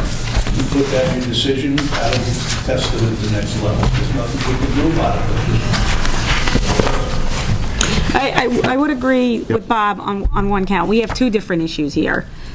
We are right now just talking about, should these local regs, 5 feet, 6 feet, is there a substantive, Right. defensible reason why it should apply here? Right. But I do think when you're doing the deliberation Yeah. overall, then we need to come back to, have they met the minimum evidentiary standards under Chapter 40B for the project as a whole. So I don't think it is the conversation for tonight. Right. But I still think it's something we should think about Yes. in the next month. Well, Yeah. Yeah. I agree with council. Yeah. I think relative to proof, though, do we have something, as our engineer said, that proves we're compliant with Title V? No. What we do have is a professional engineer that's very experienced in these areas, that has gone out, done pits, we've had people evaluate the soils, and he said, yes, we can make this work under Title V, and we've put our trust in his professional opinion that it's going to work, because if it doesn't, we're in trouble. So to us, at this point in time, that's enough rationale for us to go forward in our mind. However, we understand Right. that we're going to have to demonstrate Right. that we can prove that, so. And, one second, but the Title V requirement is, what did you say, it was 2? 2 minutes per inch, yes, I'm Okay, and- I'm just repeating. Sure, and the local is what? If it's, oh no, so you have to 5 feet separation, am I Right. getting this right? I'm not the technical person, so I always have to go back and double check. I think, Yeah, Mr. Chairman, yeah. we could have a percolation rate as slow as 60 minutes per inch Mm-hmm. and still be in compliance with Title V and build a system. It would be a Right. bigger system. I think personally, that the system will be built using a percolation rate of 2 minutes per inch. If we have to build it at a percolation rate of 2 minutes per inch under the state sanitary code, the bottom of the system has to be 5 feet above the estimated high groundwater. Under the local regulations, it has to be 6 feet. So what we're asking basically there is to say, we don't want to build it 6 feet above it, we want to build it 5 feet above it. Right, and what I'm asking is, can you build it Yeah. at 6 feet? Yes, we can. And what will happen is, if we have to build it that much higher, then you have more fill, more impact, higher walls, the breakout everybody's Got worried it. about. You have to build the wall higher, you bring more fill in the back again, the slopes change. So we're trying to keep it down so that we can minimize what's going on in the backyard. Got it. Yes, sir. Mr. Chairman, I believe that what we're talking about now is the difference between a state requirement and a local requirement. Yes. Right. And it's very difficult for you, as it was for us, to be able to even talk about this issue, where tonight you're deciding, well, is this something that we should move forward with? We don't have the basic information whether this percolates too fast, which is just as bad as percolating too slow. And so what I've heard tonight is they're going to build it just 6 foot. And so it doesn't seem like they're asking for that waiver anymore. No, there's, no. Okay. But we still believe that the information, and we don't know what the soils are. I guess John was out there and he has some opinion, but we don't have any opinion on that. Okay. And so we'd like to have that evidence before we, again, we couldn't put anything into the Right. letter until we know. Right. Okay, one second.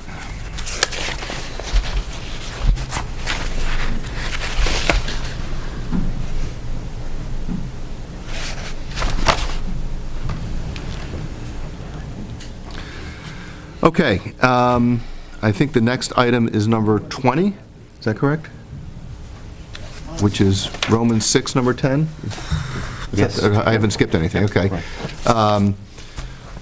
Current regs does not allow area between trenches to be used as a reserve area, and the applicant wants that waived, saying the system could not be constructed if the reserve area was not allowed between the trenches. Because that's where all your reserve areas are, right?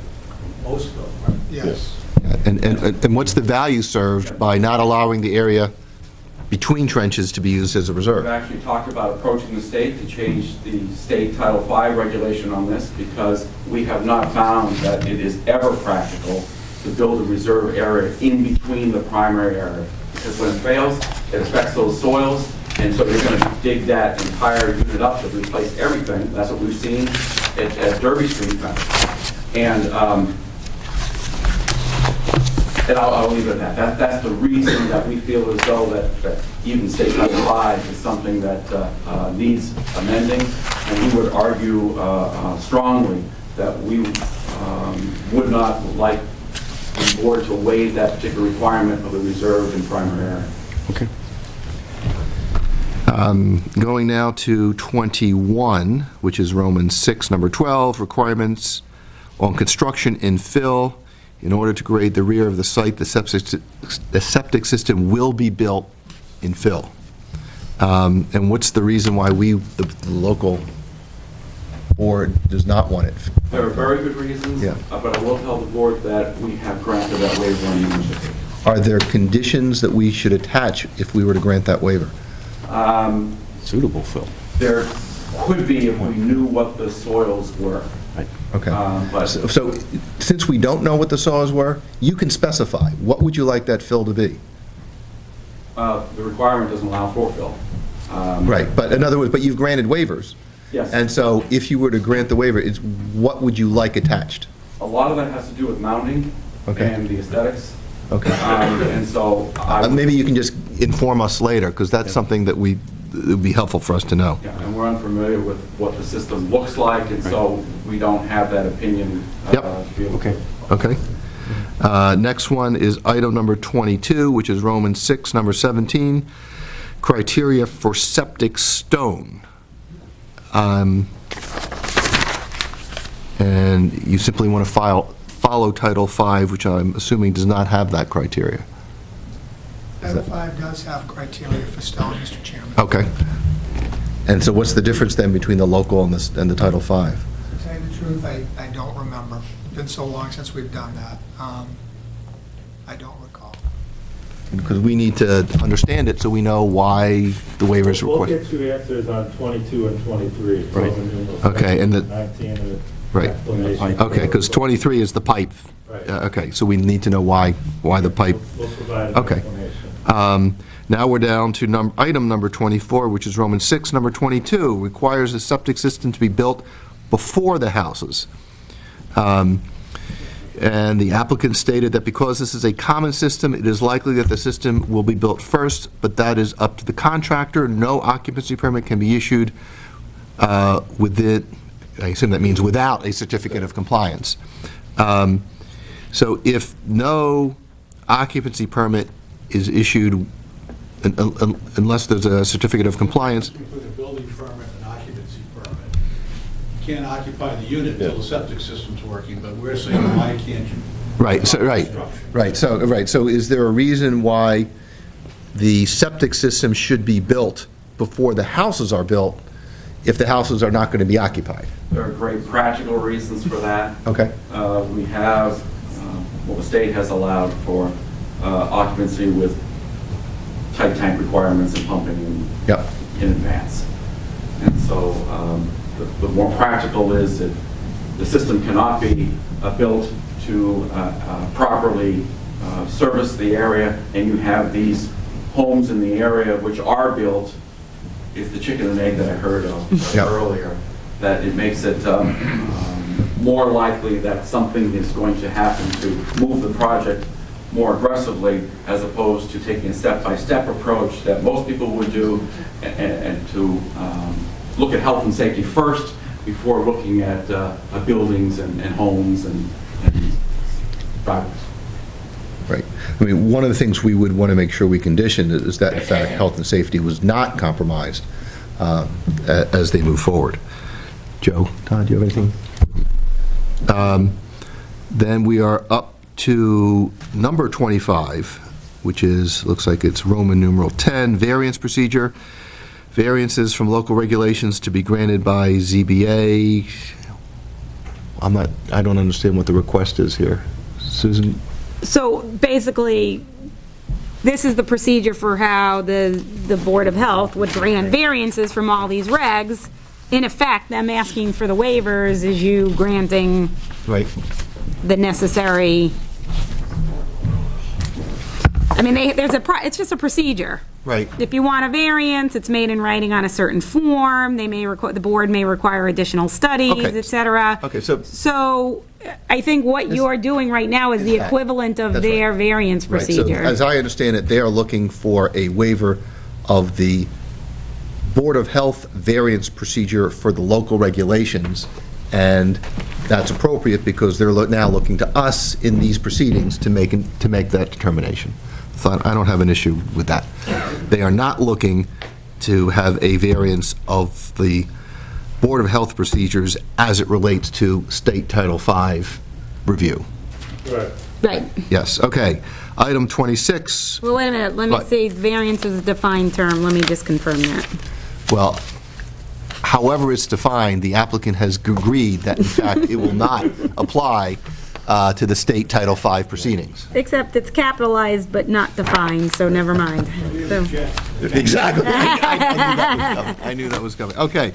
We are now up to item number 6, which is Roman numeral 13, Title V inspection standard above Title V, waiver requested, follow Title V. So are there different inspections that are appropriate under the, are required by the local bylaw? This is the provision, and I'm trying to think about it here. This is going to be a brand-new system, so I don't know that this even applies. This is about inspections at the time of transfer of title. So granted, they will have the first Right. sale of these units. But at that point in time, they're brand new, they'll have a system that has now been constructed, inspected, et cetera, by the health. So it's not very clear, but I think this applies to future, subsequent, right? If I sell my house tomorrow and I have a septic system, I have to have it inspected. Title V requires that. Right. So what's the difference between the local reg and Title V? I'm not, is there a higher standard of more rigorous inspection or more frequently, or what? I believe what council was saying is that the inspection is the preliminary inspection for transfer of title.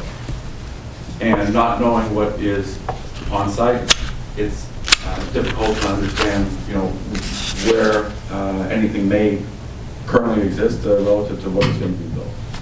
Just throwing that off. Okay, well, I just... are you talking about the existing system that's for the house that's already on the site?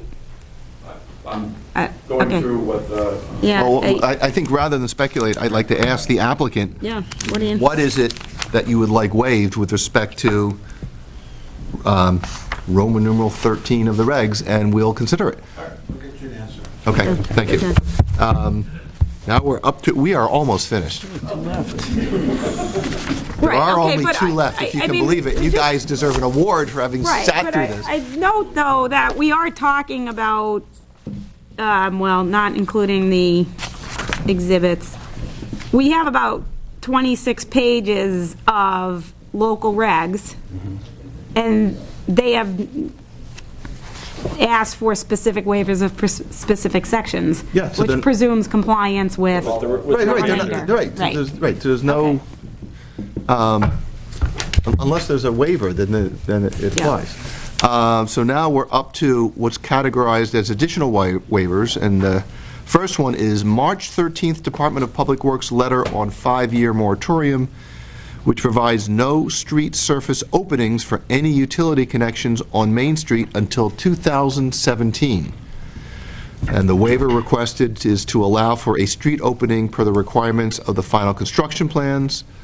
The proposed development cannot be constructed without this waiver. The applicant will restore the roadway to the conditions, specifications as required by the town of Hingham. So I look at this, and there's two aspects. One is the timing. I don't know how close to 2017 you're going to be when this actually gets built. And the second is the cost. Even if there is an unscheduled opening, is it the applicant's view that if the town allows it, you would cover the cost of that? Of course. Okay, so this is, Right, I think Yep. the issue is, and basically, the town engineer and the highway superintendent, needless to say, are not thrilled with this prospect. However, in the event it occurs, they have more detailed performance standards for restoration than they might have if you're talking about a 15-year-old road. And so that is, I believe, a request that Emily got from the town engineer, was that if the board is going to consider to allow this, that they be allowed to provide suggested language for the condition. okay. So, Emily, I do think we should at least have Roger draft Right. something. Right, I mean, and we need, I think, fair to the applicant, we need a sense of cost. I mean, if you're talking about adding $1,500, I don't think we're going to get a huge argument. If you're talking about $150,000, we may have a different discussion, so. We can see what they're looking for. Right, right, so if we can get that, and so then we'll Otherwise, we don't have any objection. right. I would think you're going to see something like a flowable fill or something that can be properly compacted and, Yeah. you know. Okay, so we'll look We want for, it to be flat. We don't want the bumps Okay. and I can't gaps. imagine it would be Yeah. gold-plated or Yep. No. Yep. No. I think the issue is on how you blend it so you don't end up with, in a short period of time, cracks, et cetera, Correct. in the patch And area. potholes. Yep. Okay, the last item. We get to be the Department of Public Works, public shade trees. Public shade trees, which are defined as any tree located either partially or entirely within the layout of a public road, are protected under the provisions of Mass General Laws, Chapter 87, the Public Shade Tree Act. Cutting, trimming, or pruning or removal of any such tree requires a permit from the tree warden.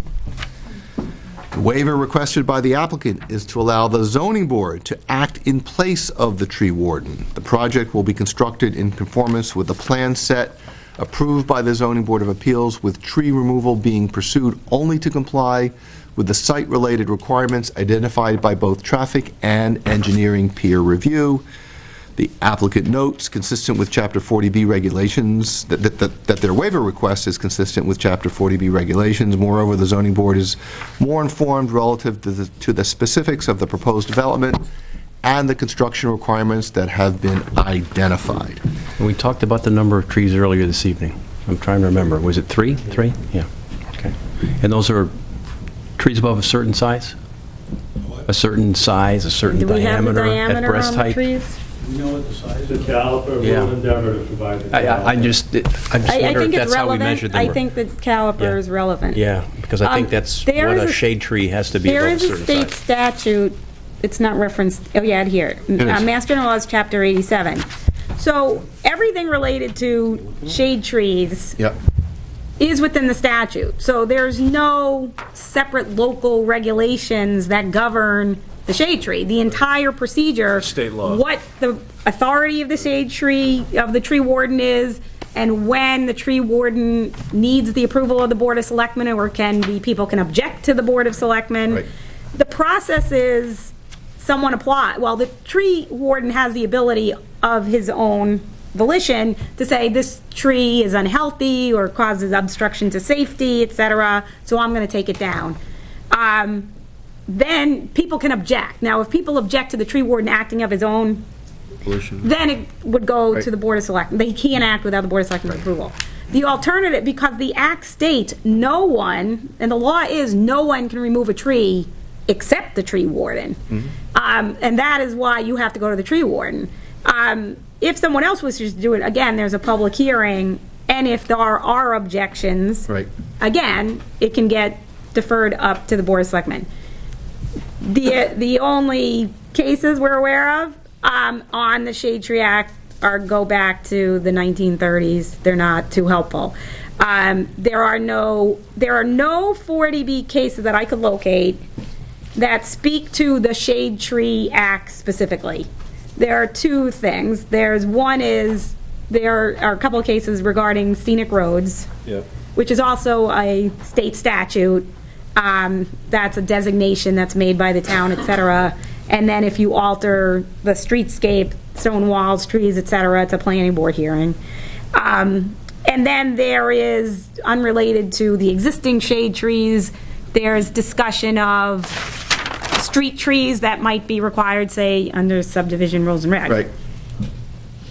In relevant cases that I can find, say, for example, Scenic Road Act, where trees were going to be removed, the HAC did approve and/or impose a condition. Either way, they put a condition through that required the developer to, where trees had to be cleared, to replace trees in locations approved by the tree warden. So it's discussed but not specifically under. So the question of whether you can act or not gets into that fuzzy area of, why is the Shade Tree Act and the Tree Warden's authority any different than the Concom's authority under the state wetlands regulation. However, you have had the HAC say, under the Scenic Roads Act, oh, you don't have to go to the planning board, the ZBA can do it. So, as is not uncommon, the 40B decisions are a little bit inconsistent in when a state statute overrides 40, or when 40B overrides the state statute and when it doesn't. This is a case where without the removal of those trees, the project, both traffic engineers have stated they cannot meet AASHTO site distances. So it's a significant issue. And so, I don't want to say which way you should go. I think the board should think about it, talk about it at a future meeting, because it's gonna, either you're gonna decide that you can sit for the tree warden and you're gonna make the decision, yes or no, these trees should come out, or you're gonna defer to the tree warden, which of course is something the applicant would think would be objectionable and not permitted under 40B. But, those are what your choices are. If you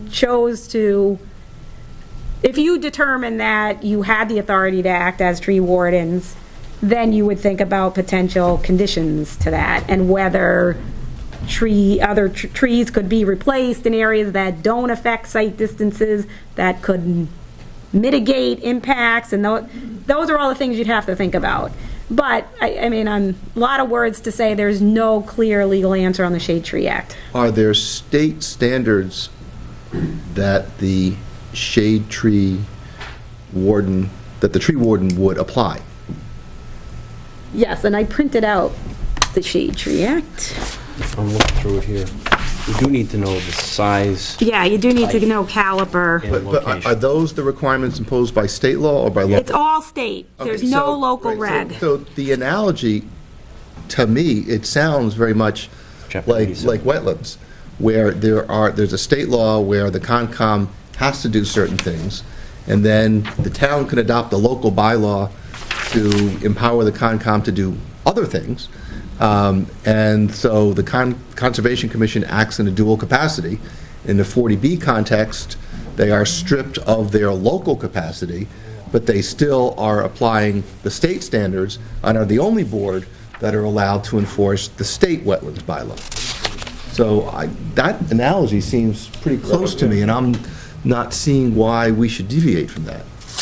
Is there something The that... only issue I see is you have a condition that those three trees come out. No. Tree warden state law, you say, I don't want those trees No. out, they're nice trees. Right. What do we do? No, I would say that his characterization is incorrect. Okay. The board doesn't have a condition that the trees be removed. They want to build a development, and traffic industry standards require certain site distances. Right. So the board has not said, we would like those trees to come down, oh, but by the way, guess what, the tree warden won't let you. Industry standards that require their driveway to be safe for passage of vehicles require a certain site distance. So this is a requirement that's inherent to their project design. It is not a condition that's being imposed. The board would be not, it could be argued that the board was not looking out for public health and safety if you permitted a project that did not allow for minimum site distances. So I think that his characterization that it's your condition is something that I would like to object to for the record. Got it. Okay, thank you. I don't know how you phrase it, it would be in your decision that those trees have to come out. Well, I think what she's saying is that our decision would state that certain line of sight is required. And The performance standard, not right, the... right. And so, in fact, if you move the drive, if you designed it some different way, those trees wouldn't have to go out. I'm not trying to design your project, but I think that's conceptually the distinction. Yeah.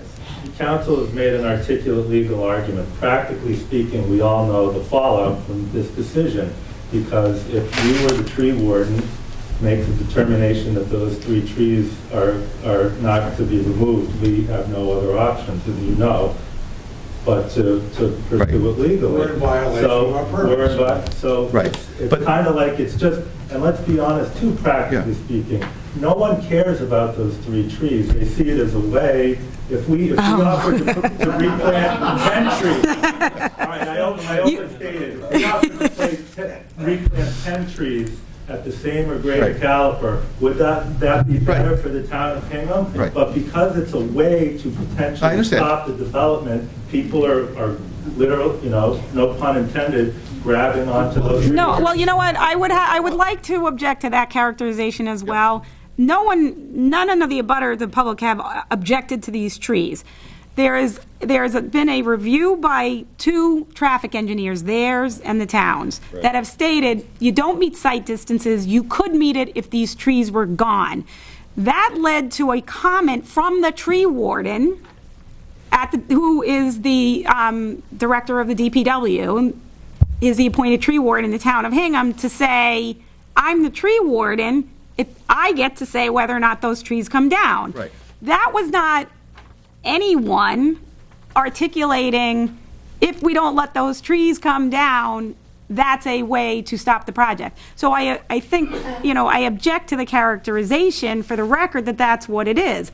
To state that people don't care about trees, you've never been to a shade tree hearing in Hingham where sometimes, and they're conducted in the middle of the day at the DPW, and he can have a room full of people. So the fact of the matter is Hingham is a Tree USA community. The shade trees, there is a battle every time a shade tree comes down in the town of Hingham. So I think, just for the record, that has to be clear. And I appreciate, and I think this, I'll get to members of the audience in a second, but this, to me, is in many ways no different from your election to proceed with coming here before going to the Conservation Commission. Conservation Commission could do the same thing. They're enforcing the state wetlands bylaw, and they could say, this project, as approved by the zoning board, can't be built because you don't satisfy certain conditions. You'd be in violation of your permit, you'd have to come back. But you've made the election to proceed here without getting your prior regulatory permissions first. And we had this discussion at the very beginning. You were upfront about it and said, yep, we're willing to bear that risk. This is just another risk. You can file with the tree warden tomorrow, or you should have done it beforehand, knowing what your site requirements are, and said, hey, here's what we're looking for. Let's not go down this route if we're not going to get the permission. But you've elected a procedure that puts you at peril, and you've acknowledged it from the very beginning. And so I just don't think it's appropriate. Not a problem, just forget the waiver. Okay. Because if the tree warden doesn't give it to us and it's a requirement, we can sue the tree warden or the town, just like, we have HAC cases on that, where the town won't allow you to do what you're supposed to be doing, so. Okay, so we'll I'm just. not worried about that. Okay, so I'll just remove that as a waiver request. Okay. Yes, sir. Yes, Ed Jaros, 9 Highfield. And 1 second, you need to speak loudly so that it's picked up. 9 Highfield Road. The only comment I was going to make is, we're speaking of 3 trees and an engineer's opinion for a sight line. It's my impression there are a lot more trees there, though, and I'm not quite sure, I could be wrong, but if there's grading is to take place, do other trees come down as well? Or is it just 3 trees we're talking about? I need to study that closely. We're talking about 3 trees within the layout, within the right-of-way of Main Street. Yeah. We're not talking about, There are other trees on the project. there are other but trees not on the property, but they're governed not by on this. they're not on Main Street right-of-way. Right. Okay? I'm just curious, and Okay. with all due respect, we have a tree warden for a reason. Right. Yep. Thank you. I believe we have now completed the review. And Susan, have I missed any requests? Okay. You missed the request to get out of here early. I did. Emily, in terms of schedule, when are we scheduled to meet January with- 21st. January 21st. 7:30. And will Well- that, go ahead. The time of that Yes. has potentially changed because you did, at your last hearing, Yeah, that's right. continue the cell tower to 7. Oh, my God. We should, maybe this conversation is premature. We've not received any revised submittals from Right. those folks. They've not requested a continuance. But I think it's highly likely that we will not receive something in time to hold that hearing that evening. So I just consider that in terms of where this ends up. So we need to set, let me ask the applicant first in terms of your own time schedules. Does that date still work for you? And if we were to schedule this, I'm thinking if we were to schedule it for 7:30, because the first one is scheduled for 7, and we would then, but we wouldn't actually open it until the other hearing was finished. We would let you know ahead of time so that you don't have to be here early, because I do want to respect your schedules, but we are trying to piggyback 2 hearings that evening. and we don't want to unduly delay the start of this Right. if it turns out that the other one's going to be delayed anyway. We're flexible. Okay. Emily So- emails us, Right, okay. a couple And days. and we would certainly notify the public. It will be posted on the zoning board website and posted on the door here as to the time. So the next hearing would be 7:30 on what date? January 21st. 21st. It's a Tuesday. Yep. Well, I had the 23rd down. Oh, in that change. Yeah. I think because of the timeline under the statute, all of the hearings were scheduled Yes. through the decision, Yes. your scheduled decision date. So we have the 21st, we have the 30th, and then we have February 12th. Right. Was going to be your deliberation date. Right. So, So that really gives you 2 hearings. right, and I think we need it because we need to finalize where we are. So we're talking about, I'm sorry, January 21st. Okay, and there were a number of open items. Were you going to get back to us in terms of why and if you need the waiver request? Can we get those a week before the hearing so that we're prepared? That would be January 14th. And is that sufficient time to get whatever additional expert reports that we're waiting for? Believe so. Okay. Okay. Good. Yeah. Right. So Just follow up info.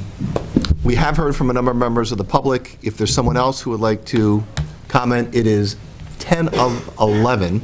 I'm going to try to keep this so we're out before 11, so I'll take the next 5 minutes. Right before the janitor If kicks us out. somebody else has any comments that they'd like to put into the record at this point, otherwise, there will be subsequent hearings where all of you will have a chance to speak. Anyone like to speak at this point?